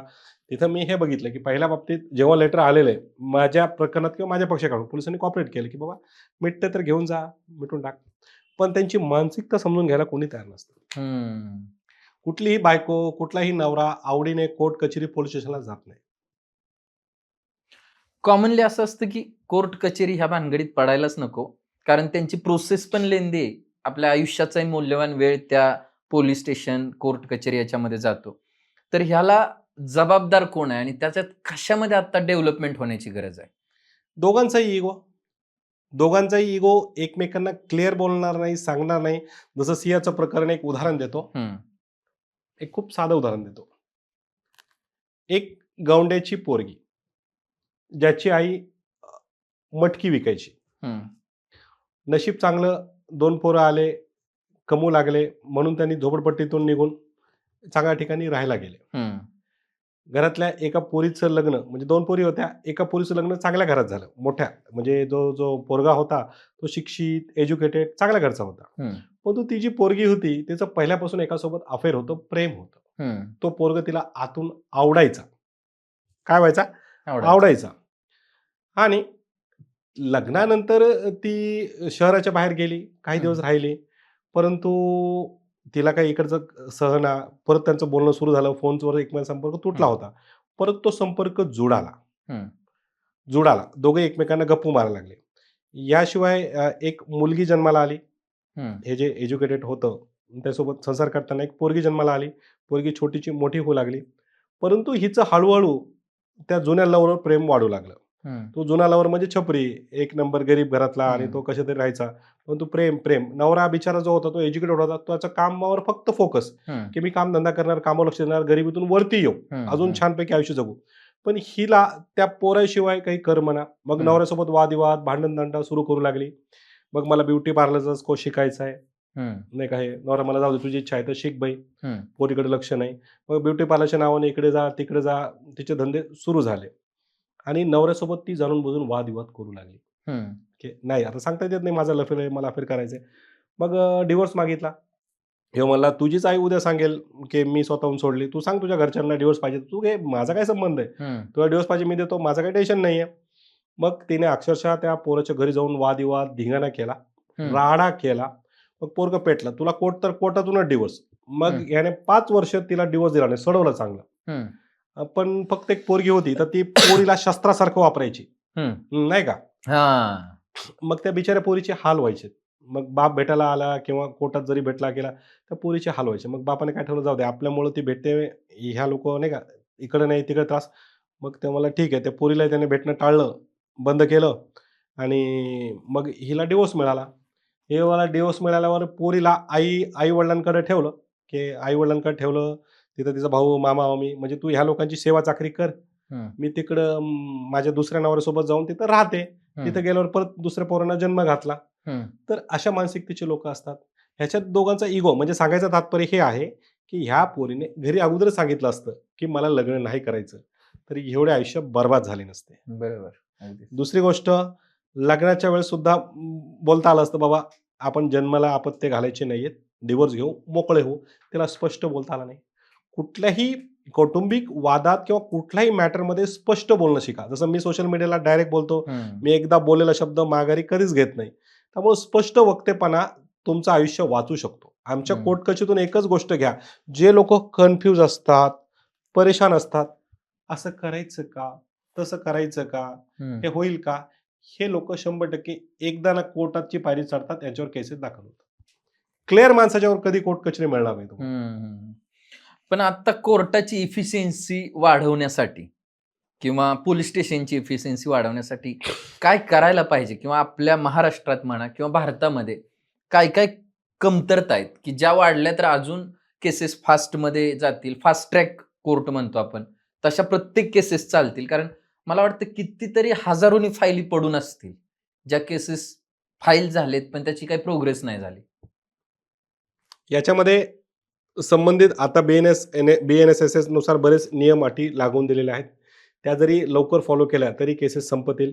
याशिवाय ज्या लोकांवर केसेस चालू आहेत, तारखेला वगैरे येत नसतील, वेळेवर येत नसतील, तर त्यांना फायनान्शियली दंड मारा, सरकारची पण तिजोरी भरेल आणि काम पण फास्ट होतील.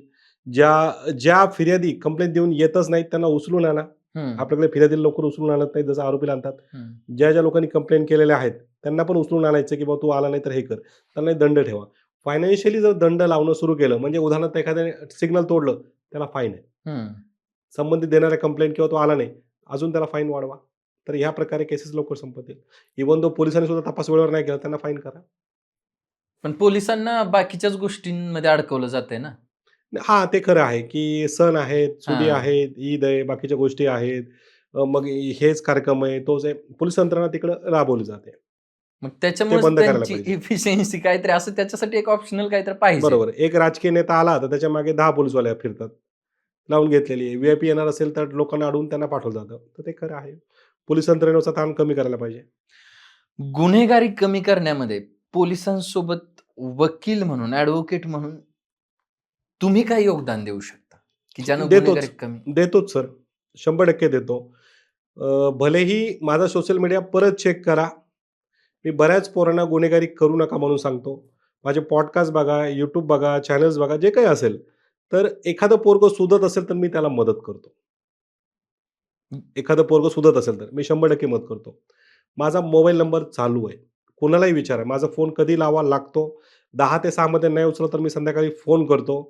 कमीत कमी त्या पोराला सांगतो की हे करू नको. भले ते विनोदाने सांगतो, पण सांगतो जेणेकरून त्याचा परिणाम होईल. मला एका छपरीचा फोन आला. हम्म. मला म्हणतो, एकाने आपल्यावर अशी केस टाकली होती. जर त्याचा फुल मर्डर, आपण हाफ मर्डर केला होता, त्याने केस टाकलेली आहे, आता केस चालू आहे वकील साहेब. आता आपल्याला त्याचा फुल मर्डर केला तर काय होईल? तर मी माझी जी भाषा आहे त्याच्यामध्ये त्याला विचारलं की तू याच्यावर किती फटके खाऊ शकतो? हा. तर अरे वकील साहेब, मी ते नाही बोलतोय, मी हे बोलतोय की बाबा आपण जर त्याचा फुल मर्डर केला तर मला काय शिक्षा होईल? मी त्याला विचारलं, याच्यावर तू किती फटके खाशील? तो बोला, सर असं का बोलतायत? मला बघ भाऊ, पोलीस स्टेशनमध्ये मेरी आवाज सुनो म्हणून एक पट्टा असतो. पोलीसवाले पृष्ठभागावर एक फटका मारतात, म्हणतात तुला हा सल्ला कोण दिला? काय विचारतात? सल्ला कोणी दिला? हा, मग ते म्हणतो नाही का, मी तुमचं नाव नाही घेणार. अरे मग तेच विचारतोय, तू किती फटके खाणार? मला पोलिसांचा एकच फटका तोंडातून नाव काढायला लावतो. तू स्ट्रॉंग आहे, 5 खाशील, 6 खाशील, किती खाशील? तू कुठल्या ना कुठल्या फटक्याला बोलशील की अरे बाबा वाजेद खाननी सल्ला दिला, म्हणलं तुझ्या 302 मध्ये मलाही घेतील. त्यामुळे तू अगोदर हे सांग किती फटके खाऊ शकतो. नाहीतर म्हणलं मला येऊ दे, आपण पोलिसांकडे तो पट्टा घेऊ, तुला अगोदर मारू आणि मग बघू तू किती फटका. जर तू 100 फटके खाल्लेस तर मी तुला आयडिया देतो. तर अशा पद्धतीने माझे बोलणं असतं. तर सुप्रयत्नच आहे. अगदी. फक्त माझी भाषा थोडी मागून असते. तर कॉमनली असं असतं, आता गुन्हेगारी इथपर्यंत आलोय आपण, तर जेल तुम्ही आतून बघितलंय का? आणि बघितलं असेल तर तिथं काय काय गोष्टी घडतात? सर, मी जेल पुरी बसून बघत आलोय. बरेच सोशल मीडियावर सुद्धा मला बरेच जण टोमणे मारतात, नाही वकिला आतमध्ये येऊ देत नाहीत, बघू देत नाही, जात नाहीत. तर सर, मी बीडचा राहणारा आहे. मी बीड जिल्ह्यात जे शासकीय कर्मचाऱ्यांना MSCIT हा कोर्स कंपल्सरी झालेला होता. तर मी तिथल्या एका लॅबमध्ये त्यावेळेस MSCIT नावाचा कोर्स शिकवण्यासाठी शिक्षक होतो. बीडचे जेलर आमच्याकडे शिक्षक म्हणून, स्टुडंट म्हणून यायचे त्यावेळेसचे जेलर. ओके. तर खास मग त्यांच्याशी मैत्री झाल्यामुळे त्यांनी खास आम्हाला बघायला पण बोलवलं. बऱ्याच वेळेस मी ते जवळून बघून आलो. याशिवाय लॉचे जेव्हा आपण स्टुडंट असतो त्यावेळेस जेल व्हिजिट असते. याशिवाय सर, मी सोशल वर्क करतो. सोशल वर्कमध्ये करत असताना रक्षाबंधन असेल, सामाजिक कार्यक्रम असेल, 15 ऑगस्ट असेल, काही असेल, अशा वेळेस तुम्हाला व्याख्यानाला, कार्यक्रमाला बोलवतात, मी जाऊन आलो. याशिवाय रोज आरोपी मला उठतात, बसतात, भेटतात, त्यांना सोडवतो. बरं, जेल व्हिजिटला पण जातो आम्ही. तर तोच विषय मला पाठ आहे. काय काय घडतं तिथे? भरपूर आहे. एक स्पेशल पॉडकास्ट याच्यावर होऊ शकतो सर. अगदीच. म्हणजे एक थोडक्यात तर नाही सांगू शकत, पण त्या ठिकाणी एंट्रीपासून ते सुटेपर्यंत काय होतं हे सगळा एक स्पेशल पॉडकास्ट. म्हणजे हे आपला जेव्हा हा नक्कीच आपला यशस्वी होईल त्यानंतर आपण नक्की करूया एक दिवस. अच्छा, म्हणजे जेलमधून आल्यानंतर त्या माणसाची मानसिकता गुन्हेगारीकडे जास्त वळलेली असते की आपण परत एकदा यार चांगली लाईफ जगूयात बस? नाही, जेलमधून जाऊन आल्यानंतर 99% माणूस सुधारलेला असतो. ओके. तिथे राहणीमान वगैरे वगैरे. फक्त काय होतं, इथं आल्यावर तो परत व्यसनाच्या आहारी नाही गेला, चुकीच्या फ्रेंड सर्कलच्या आहारी नाही गेला, लपडेबाजीच्या नारी नाही गेला, तर तो 100% वापस जेलला जाणार नाही. ओके. पण आम्ही कॉमनली आता सिनेमात बघतो की जे बायोग्राफी म्हणत किंवा काय असतं, बायोपिक असतात, त्याच्यामध्ये की तो जेलमध्ये गेल्यानंतर अशा काही लोकांच्या संपर्कात येतो की मग ती गुन्हेगारी लॉबी असेल किंवा काय असेल आणि त्यातून मग परत तो मोठा गुन्हेगार होऊन बाहेर येतो, असं बघतो आम्ही कॉमनली. खूप कमी उदाहरण. ते 90चा काळ होता. ओके. आता जेलमध्ये पेटीवर जे फटके देतात, तिथे एकमेकांच्या अंगावर जे झोपावं लागतं, त्यामुळे माणूस कानाला खडा लावतो. पोलीस जेव्हा आरोपीला मारतात तेव्हा त्यांना किती मारण्याचा अधिकार आहे किंवा काय त्यांची काय प्रोसेस असते? पोलिसांना मारायचा अधिकारच नाहीये. त्यांना हात बोट लावायचाही अधिकार मग नाही. मेरी आवाज सुनो कसं करणार, कसं कळणार आपल्याला म्हणजे जे कोण तिथं गुन्हा करून जाणार आहेत त्यांना? तुम्हाला एक सांगतो, पोलिसांना मारायचा अधिकारच नाहीये. परंतु ते मारतात. ते कारण चित्रीकरण नसतं, कोणी व्हिडिओ नसतो. एवढंच कशाला, जेलमध्ये ज्या एंट्र्या होतात, त्यांना पहिल्यांदा शर्ट काढून बसायला लावतात. हम्म, यादीत बसा.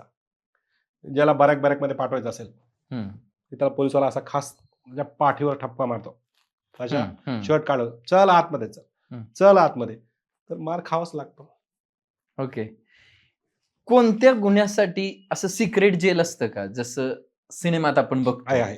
आतंकवाद, देशाची गद्दारी, हा, मर्डर, मोठं रॅकेट्स, याला वेगळं ठेवलं जातं. अंडा सेल आहेत, हा. इतर डिपार्टमेंट आहे, तिथं ठेवलं जातं. ओके. किती प्रकारचे कोर्ट आहेत, की जसं कंझ्युमर कोर्ट आहे, किती प्रकारचे कोर्ट आहेत आणि तिथे कोणत्या कोणत्या प्रकारच्या केसेस घेतल्या जातात आपल्या इंडियामध्ये इंडियामध्ये? भरपूर आहे. दिवाणी, सिव्हिल, फॅमिली, डीआरटी, असे एक 18-20 पर्यंत कोर्ट आहेत. वेगवेगळ्या डीआरटी प्रकारे काय? आहेत. डीआरटी म्हणजे तुमचं घर जप्ती केलंय, बँकवाल्याने उचललंय, हे आहे. वक्फ बोर्ड आहे. हा, ते सगळ्यात महत्वाचं आहे. सध्या लोनवाल्यांचे इतके फोन येतात, जेव्हा आपण त्यांच्याकडून लोन घेतो, काही 4 दिवस, 8 दिवस, महिनाभर डिले होतं, तेव्हा त्यांच्याकडून अगदी धमकीचे फोन येतात किंवा ते घरापर्यंत येतात. त्यांची भाषा शिव्यांची सुरू होते. तर त्याच्या अगेन्स्ट आपण काय करू शकतो? पोलीसवाले त्या कंप्लेंट घेत नाहीत. हा, ते तुमचं लोनचं मॅटर आहे, तुम्ही कोर्टात जा म्हणतात. हा, एखादा चांगला पोलीसवाला असेल तर तो फक्त एनसी घेतो. पण मी तुम्हाला एक गोष्ट सांगतो, की मी एका बँकेला ऑफिसर आहे, लॉ ऑफिसर. हम्म, तर 3 कॅटेगरी ठरवून दिलेल्या असतात. हम्म, ए, बी, सी म्हणजे लोन वसूल करण्यासाठी 3 कॅटेगरी असतात. या कॅटेगरीमध्ये ए कॅटेगरीमध्ये हे जे 2% वसुलीवाले आहेत, त्यांना फोन लावलं, तर ते ए कॅटेगरीचे लोक काय म्हणतात, हां, कोण बोलतंय? काय संबंध आहे? हां, ते नोटीस पाठवा, कायदेशीर बघू. त्यांना ए कॅटेगरी म्हणतात. हम्म, आता बी कॅटेगरी, चले माझ्या देत नाही, जा रे पण हम्म, ते काय, ही झाली बी कॅटेगरी. हम्म, त्यानंतर सी कॅटेगरी येते. अहो सर, आमची जरा अडचण चालू आहे, माझा हा प्रॉब्लेम होता, हप्ता झाला नाही, पगार झाला नाही, सर हे दुखत होतो, ते असे आजारी होते, सर मी देतो, पुढच्या महिन्यात देतो. ही झाली सी. सीला आम्ही चुत्या समजतो. हे जे असतात हम्म. रिकव्हरीवाले, ह्यांना 2% वसुलेले म्हणतात. हे काही बँकेचे अधिकारी नसतात. हे 2% ह्यांच्यावर गुन्हेगारीची कंप्लेंट केसेस दाखल असतात. तर सी वाला कसा, सी वाल्याला पहिल्यांदा ताब्यात, अरे हा नम्र बोलला, हम्म, म्हणजे हा किडनी विकेल, धंदा करेल, पण पैसे आणून देईल. तर हम्म. पहिल्यांदा त्याला टार्गेट केलं जातं. ओके. आता हे घरी आले, नाही का, घरी येत असतील, हे असतील, तर ह्यांचे व्हिडिओ बनवा, सोशल मीडियाला व्हायरल करा, 112 नंबरला फोन करा. हम्म. डायरेक्ट त्याला म्हणा भरतच नाही बाबा, किंवा कोर्टातून जाऊन ग्राहक मंचमध्ये जा किंवा सिव्हिलमधून मनाई हुकूम घ्या. अशा गोष्टी आहेत. ओके. सध्या महाराष्ट्रात पेपर फुटीचं वादळ आहे. बरोबर आहे. महाराष्ट्रात म्हणण्यापेक्षा देशात आहे आता सध्या. बरोबर आहे. तर त्यांच्या अगेन्स्ट काय कायदे आहेत आणि त्यांना काय शिक्षा होऊ शकतात, ज्यांनी खरंच ते पेपर फुटी, म्हणजे कितीतर मुलांचं आयुष्य बर्बाद झालं, कितीतर मुलांनी सुसाईड केलेत. म्हणजे इनडायरेक्ट त्यांच्या हातून झालेला मर्डर आहे तो. बरोबर आहे. यांना फसवणुकीच्या प्रकरणामध्ये 420च्या प्रकरणात मोडलं जातं. हम्म, म्हणजे हम्म, हम्म, याच्यामध्ये आहे. याला अतिशय कडक असे कायदे आहेत. आर्थिक गुन्हे सुद्धा त्याला लागू होतात. आर्थिक कलम सुद्धा त्याला हम्म. लागू होतात. त्यामुळे तो कडक गुन्हा आहे. पेपरफुटीमुळे जे तरुण आहे त्यांचं नुकसान होतं. जे एज्युकेटेड लोक आहेत त्यांचं नुकसान आहे. चांगल्या पोरांचं हे होतं. भविष्यात चांगले वकील, डॉक्टर नाही घडले तर देशाचा विकास कसा होणार? बरोबर आहे. मग त्यांना काय जास्तीत जास्त काय शिक्षा होऊ शकते? कारण बऱ्याच वेळा असं बघतो की आपण अशा कांडमधली लोक बाहेर परत काही दिवसांनी नाही, फिरतात. नाही. काही दिवसांनी फिरतात, पण शिक्षा त्यांना होते. स्ट्रिक्टली मॅटर चालतात. 10 वर्षापर्यंत शिक्षा यामध्ये आहे. ओके. कोर्टाच्या प्रोसेस फास्ट होण्यासाठी कोर्टांना सध्या काय गरजेचं आहे? डिजिटलायझेशन झालंय बऱ्यापैकी ते डॉक्युमेंटेशन. डिजिटलमुळे आम्ही लोक स्लो झालो. ते भीक नको पण कुत्रं आवरती अशी अवस्था झालेली आहे. पूर्वी असं होतं की सगळे कागद-बिगद आम्ही बनवायचो, हो. फाईल कोर्टात द्यायचो. आता ते ई-फायलिंग करा, अपलोड करा, हे एरर काढा, ते एरर काढा. म्हणजे एकतर ऑनलाईन पण पैसे द्या आणि ऑफलाईन पण हे करा. त्या डिजिटलमुळं वकिलांचे हाल होत आहेत. गरीब वकील, नवोदित वकील यांना फायनान्शियली लॉस आहे. ते डिजिटलमुळं फास्ट चालण्यापेक्षा स्लो चाललं जातं. मी तुमच्या हम्म, चॅनलच्या माध्यमी एक वकील आहे. हम्म, पण मी सांगतो, डिजिटलमुळं आम्ही ते परेशान आहेत. स्कॅनिंग करा. हम्म, खूप उलट काम फास्ट होण्यापेक्षा स्लो झालेलं आहे. आपल्या शहरात नेटवर्क, इंटरनेट, हम्म. स्पीड स्लो, उघडलं जात नाही. फाईली आहेत. ते काम उलट लेंदी झालंय. बरं, आजच्या काळात ते झाल्यामुळं लोकं लवकर कोर्टात यायला पण तयार नाहीत. राजासारखं रुबाब करून सांगतायत. तर डिजिटलमुळं उलट ती न्याय यंत्रणा स्लो होत चालली आहे. वाजिद खान सरांची स्वतःची एक भाषा शैली आहे. ज्यातनं आता परवाच्या एका व्हिडिओमध्ये आम्ही बघितलं की डान्सिंग कार सुरू करा महाराष्ट्रात असं काहीतरी ते विधान होतं. Yes sir. या भाषेला नंगाटगिरी म्हणतात. Yes sir. म्हणजे जेव्हा सभ्यतेने बोलणं होत नसेल, हा. तुम्ही गांधीगिरी ऐकलं असेल हो. किंवा नाही का सावरकिरीगिरी ऐकलं असेल, तर ह्याला मी नंगाट म्हणतो, नंगाटगिरी. म्हणजे इव्हन दो मी एक नंगाट माणूस आहे, हा. की जो वेळेप्रसंगी नंगाट होऊ शकतो. तर सर कधी-कधी बरीच कामं भाषेमुळे होतात. हा. म्हणजे नाही का, की भाषेमुळे. एक उदाहरण देतो. एक महिला भर कोर्टात असं सोनं-बिनं, दागिने घालून ती उभी होती. हम्म. तिच्या नवऱ्याच्या बाजूने मी उभा होतो. कोर्टात तिने पिटिशनमध्ये लिहिलं होतं, की अंगावरील दागदागिने काढून मला हाकलून दिलेलं आहे. हम्म. मी कोर्टासमोर सांगितलं, की लॉर्डशिप मे आय रीड? मग ते मी वाक्य दाखवलं, की साहेब हिने म्हणलं, की हिच्या अंगावरचे दागदागिने काढून हिला अंगाच्या कपड्याचे हाकलून दिले. म्हणलं, सर जर बघितलं तर हिच्या हातामध्ये iPhone आहे. हम्म. तिच्या हम्म. iPhone होतं. म्हणलं पर्स पण भारी आहे. आणि म्हणलं सर दागदागिने जे म्हणते, मग हे जे घालून आलेले म्हणलं हे डुप्लिकेट आहेत का ओरिजिनल आहे बघावं. हम्म. त्या महिलेला राग आला. ती म्हणली कोर्टातून, "ये कमीना है." हम्म. ती रागाच्या तुम्हाला? भरात हां, तर हा. मी कोर्टात सांगितलं, "बघा सर, ती महिला सुद्धा माझी प्रशंसा करते. मेरे अंदर कोई कमी नहीं है. इसीलिए वो मुझे कमी ना कह रही है सर. ताई बस तू, थँक यू." तर एक माझी विशिष्ट भाषा किंवा समोरच्याला एका शब्दात गार करणे, त्याला नंगाटपणा म्हणतात. ओके.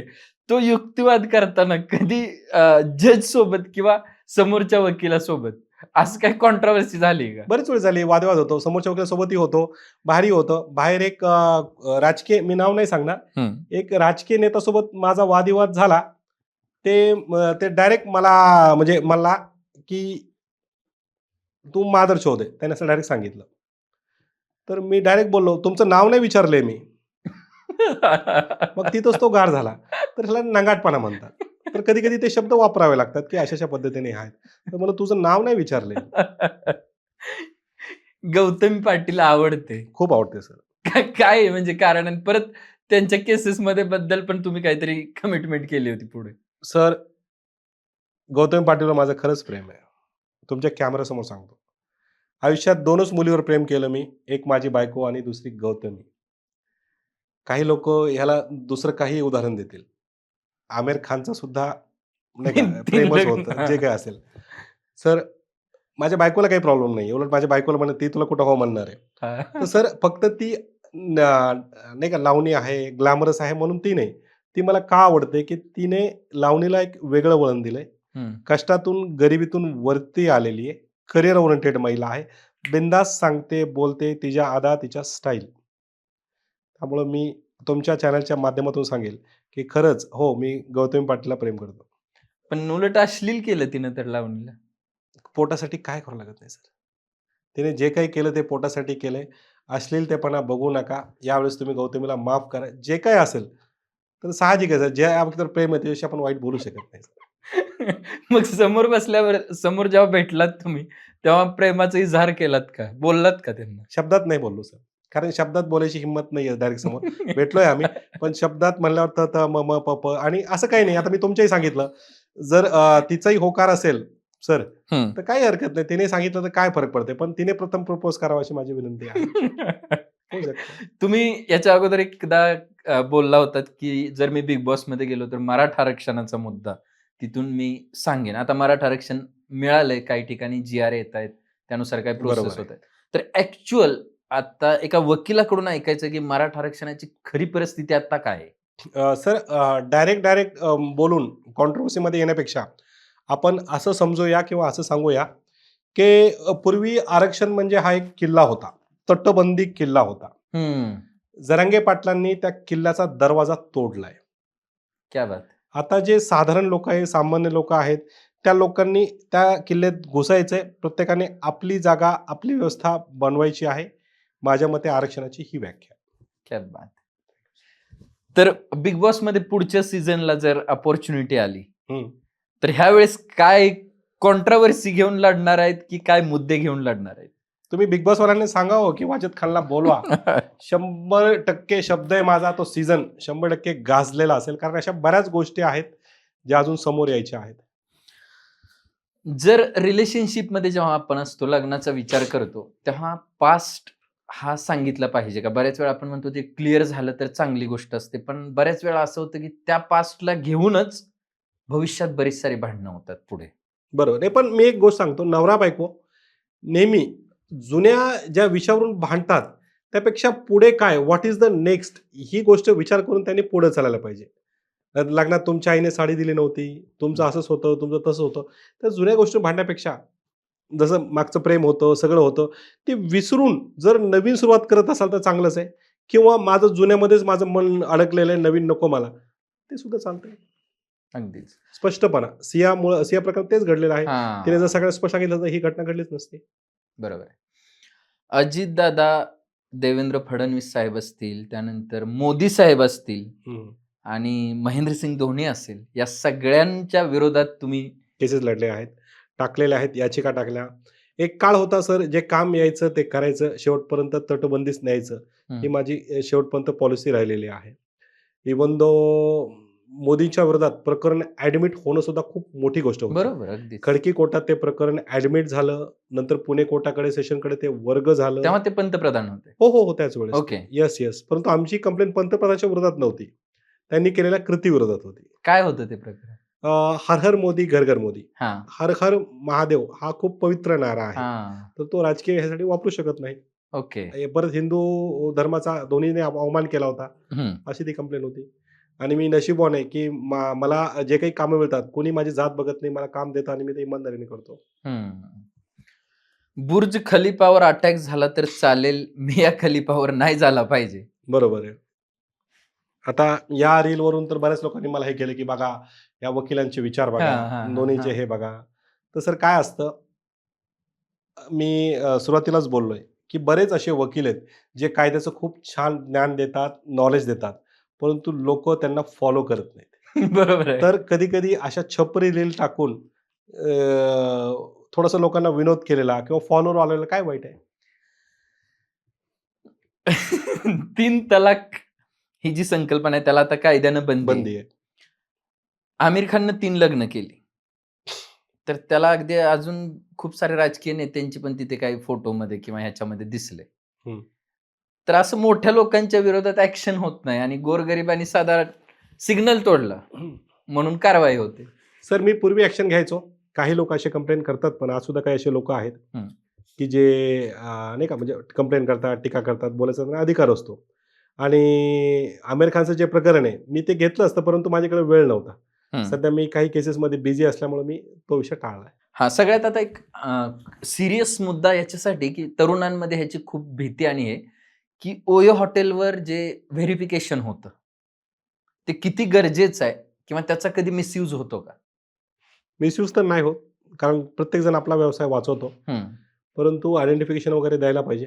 हं, आणि मी तरुणांना तुमच्या ह्याच्यामधून सांगेल, ओयोला जाताना ओरिजिनल आधार कार्ड घेऊन जाऊ नका. ओरिजिनल गोष्टी घेऊन जाऊ नका. तिथे झेरॉक्स चालते किंवा मोबाईलमधलं दाखवतंही चालतं. हं. ओरिजिनलचा मिसयूज होऊ शकतो. ओके. आणि तिथे जे कॅमेराज किंवा हे असतात, आता ते हॉटेलवाल्यांना माहीतच असणार आहेत, त्यांच्याच माध्यमातून ते लावलेले असतात. तर त्यांच्यावर काय कारवाई होऊ शकते जेव्हा असं सापडलं जातं? अतिशय गंभीर गुन्हा आहे.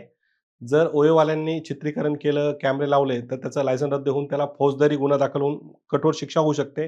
पण याशिवाय एक गोष्ट सांगतो, की तिथले जे मिरर असतात, हं, चेक करताना एखादं कार्ड घ्या किंवा हात लावून बघा. जर तुमची प्रतिमा जवळ येत असेल, तर ते हं. ओरिजिनल आणि जर लांब दाखवत असेल, तर तिथे कॅमेरा-बिमेरा लावलेला आहे. ओके, अशी एक ती पद्धत आहे, ती सर्च करायची. ओके, Google, YouTubeला मिळून जाईल ती. ओके. आणि जेव्हा तसं एखादं चित्रित केलेल्या चित्रीकरणानुसार ब्लॅकमेलिंग केलं जातं हो. किंवा ते सोशल मीडिया व्हायरल केलं जातं. अशा बाबतीत पोलीस खूप स्ट्रिक्ट आहेत. असं एखादं कंप्लेंट आली, तर त्या महिलेची लवकर दखल घेऊन त्याला सायबर ॲक्टनुसार अटक केली जाते. गंभीर दखल. परंतु एक वाक्य अजून देखील सांगेल, की प्रत्येक वेळेस पुरुषच महिलेला लॉजवर नेतो असं नाही आहे. बऱ्याच अंशी कोणाच्या पुरेशी टाप नाही, की एखाद्या महिलेला त्याची संमतीशिवाय लॉजवर न्यायचं. हं, हं, हं, हं. तुमच्या आयुष्यात आलेली सर्वात शॉकिंग केस? सगळ्यात शॉकिंग हं. प्रेमळ का ती कशीही, किचकट? कशीही. किचकट असेल किंवा प्रेमळ असेल. मनोज दादा जरांगे पाटलांची केस. भर न्यायालयात कोपर्डीच्या आरोपींवर त्यांच्या माणसांनी हमला केला असं ॲलिगेशन होतं. हम्म. भर न्यायालयात ती गोष्ट घडलेली आहे, कॅमेरे आहेत, सीसीटीव्ही फुटेज आहे आणि ती लढणे हम्म. ही खूप चॅलेंजिंग केस होती. त्याच्यामध्ये माझा जिग्गी गणेश ॲडव्होकेट मस्के हम्म. याने मला मोलाची साथ दिली. त्याचं नुकतंच वकिलीचं लायसन आलेलं होतं नवीन आणि त्या नवख्या पोराने माझ्यासोबत कट टू कट त्या केसमध्ये सहभाग घेतला. याशिवाय अजून 2 नाव घेता येईल. ॲडव्होकेट किरण रासकर, ॲडव्होकेट आरिफ खान अशी आमची जी टीम होती. अक्षरशः आम्ही त्यावर तुटून पडलेलो होतो आणि त्या केसचे बारीक सारीक खीस काढून आम्ही ती लढली होती. जर असे एखाद्या आरोपीवर पब्लिक पडी झाली आणि त्याचा जर त्यात मृत्यू झाला म्हणजे त्याला संपवलं तर Mob कुणावर lynching. केस होते मॉब ब्लिचिंग होते का केस? केस होऊ शकते ना, का नाही? बऱ्याच अशी केसेस झालेल्या आहेत. त्याच्या नातेवाईकांना जर लोक ओळखले, याच्या काळात सीसीटीव्ही फुटेज आहेत, कॅमेरे आहेत, लोकेशन काढता येतं, जर ठरवलं तर करता येतं. पब्लिक पडीमध्ये मी एकच चापट मारलेली असेल माझ्यामुळे तर तो मेला नाही असं प्रत्येक जण म्हणू शकतो. हो. तर मग तू 6 महिने जाऊन ये, तू 2 वर्ष जाऊन ये. ओके. सुरुवात तुझ्यामुळे झाली. म्हणजे असं नाही की मी फक्त चापट मारली, माझा काही संबंध नाहीये. सहभाग हा महत्वाचा असतो. हा तो 1% का असत नाही. सहगुन्हेगार झाला तो. आणि पोलिसांनी ठरवलं तर ते इथं असणारी लोक आजच्या काळात खूप सोपं आहे. आजच्या काळात त्या ठिकाणी किती मोबाईल ऍक्टिव्ह होते. ऍक्टिव्ह होते, सोपं आहे. पूर्वी ही अगदी. गोष्ट अवघड होती. अगदी. वाजिद खान सरांच्या मनाला लागलेली केस कडूबाई खरं त्यांची, कडूबाईची. काय होती केस? एक गरीब महिला, मी त्यावेळेस नवीन वकील झालो होतो, संभाजीनगरला मी राहत होतो. माझं लायसन येऊन काही मोजकेच दिवस झाले असतील. मी कोर्टाच्या बाहेर निघालो, मनाला विचार केला की जाऊन काहीतरी खाऊया. तितक्यात एक महिला, गरीब महिला, फाटके कपडे घातलेली, रडत बसताना मला दिसली. मला खुमखुमी आली. मी म्हणलं, त्याला जवळ गेलो, म्हणलं का गं ताडे, का रडायली? मग तिने वकिलांना शिव्या दिल्या. वकील लोक असे हरामखोर असतात, तसे असतात, हे असतात, ते असतात. मी हसलो. मला एक काम कर, तुला चहा पाजतो, मग चहा घेतल्यावर अजून शिव्या दे, चल. मग ती खरंच उठली. मग तिला कॅन्टीनमध्ये नेलं, तिच्यासोबत बसून चहा घेतला. मला सांग काय तुझं? मग तिने दाखवली फाईल. ही माझी कागद आहे, हे असं आहे, मी एका वकिलाकडे चक्रा मारते. मग तिने जे सांगितलं ते ऐकून अंगावर काटा आला. तिला 3 मुलं. तिचा नवरा वेडा झाला, म्हणजे काही करत नव्हतं. तर तो वेडेपणात कुठेतरी निघून गेला, वापस कधी परत नाही आला. आणि शेती, परंतु नवऱ्याचा सपोर्ट नसल्यामुळं आणि भावकीतले लोक शेती करू देत नसल्याने ती चक्कीतला खाली पडलेला आटा जमा करून त्याची भाकरी करायची. मिळेल ती खाऊन त्या गावात ती राहायची. तिच्या जमिनीवर नातेवाईकांनी कब्जा केला होता. तर वकील काही तिची केस घेत नव्हता. पोलिसाला म्हणत होते ही शिवील आहे, आमच्याकडे येऊ नको.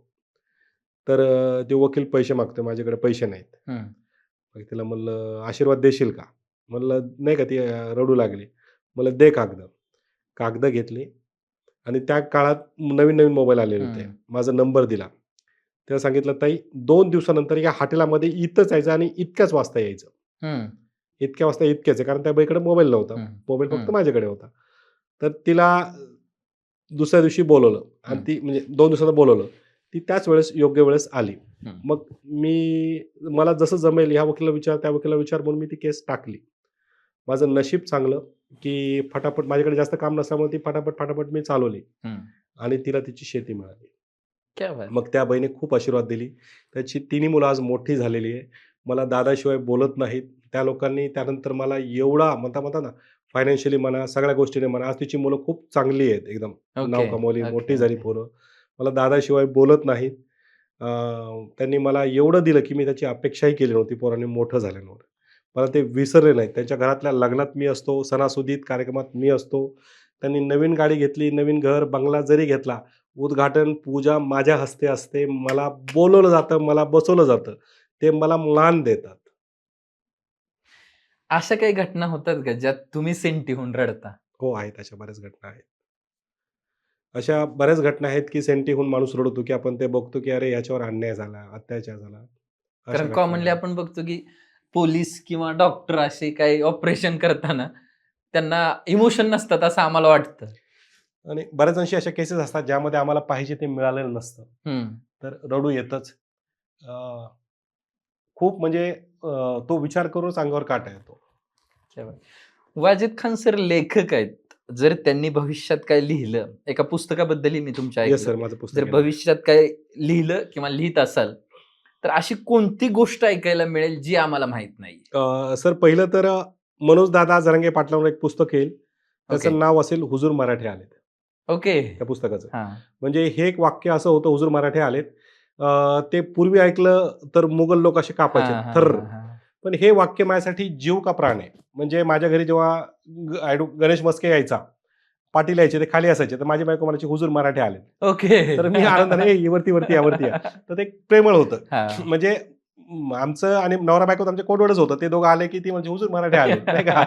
तर हे तर ती दादांसाठी जी केस लढली होती, माझा जो संपर्क होता, त्यावर पुस्तक येईल. त्यानंतर मला जे वडिलांनी घरातून हाकलून दिलेलं होतं किंवा माझा जो स्ट्रगल होता, मी जसं जसं झालोय, तर त्याच्यावर चाणक्य खान म्हणून एक पुस्तक येईल. ओके. म्हणजे चाणक्य हे माझे लहानपणापासून फेवरेट आहेत. ओके. म्हणजे मी कुणाला हिरो मानत असेल किंवा मला ज्यांना मी फॉलो करत असेल, तर ते चाणक्य होते. की शब्दांनी कसं बोलता येतं, शब्दांनी कसं जिंकता येतं. तर त्याच्यावर चाणक्य खान म्हणून एक पुस्तक येईल.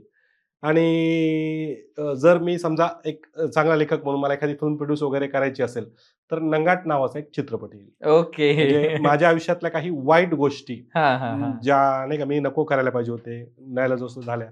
तर मी कसा वाईट आहे, मी लपवणार नाही. मी कधीच लोकांना नाही म्हणणार की मी खूप चांगला आहे. हा. तुमच्या चॅनलच्या माध्यमातून सांगतो. मी काही खूप नाही का, प्रत्येक जण सांगतो की मी चांगला व्यक्ती आहे, मी चांगला व्यक्ती. नाही साहेब. मला चांगलं करण्यात माझ्या बायकोचा हात आहे. काही जे लोक आहेत त्यासाठी लढलो होते. पण मीही कुठे वाईट होतो आणि अजून सुद्धा आहे. तर त्या वाईट गोष्टी, वाईट बाबी बिलकुल समोर येतील. क्या बात. तुमच्या आयुष्यातील सगळ्यात आनंदी प्रसंग? म्हणजे लाईफमध्ये सगळ्यात मोठा हा, आनंद सगळ्यात. ज्या दिवशी काळा कोट घातला. क्या बात. कारण मी वकील होईल, आर्थिक अडचणीमुळे हे शक्य नव्हतं. हा. माझ्याकडे कोट घालायलाही पैसे नव्हते. मी आत्ताच बोललो की बिअर हा. बारमधला एक वेटर इथपर्यंत आलेला आहे. तर माझ्याकडे पास झाल्यावर काळा कोट घ्यायला पैसे नव्हते. एक वकील आहेत, त्यांचं नाव अता मुस्तफा आहे. ओके. ते संभाजीनगरला खूप मोठे वकील आहेत. तर मी त्यांच्याकडे टेबल साफ करणे, चहा आणणे ॲज अ ऑफिस बॉय म्हणून काम करायचो. तर जेव्हा मी पास झालो होतो, त्यांनी मला विचारलं, "ए इधर आ."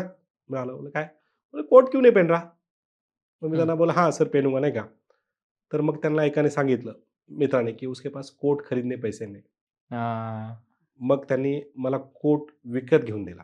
तर तो एवढा भारी क्षण होता की मी रडलो. आणि आयुष्यातील सर्वात दुःखाचा प्रसंग?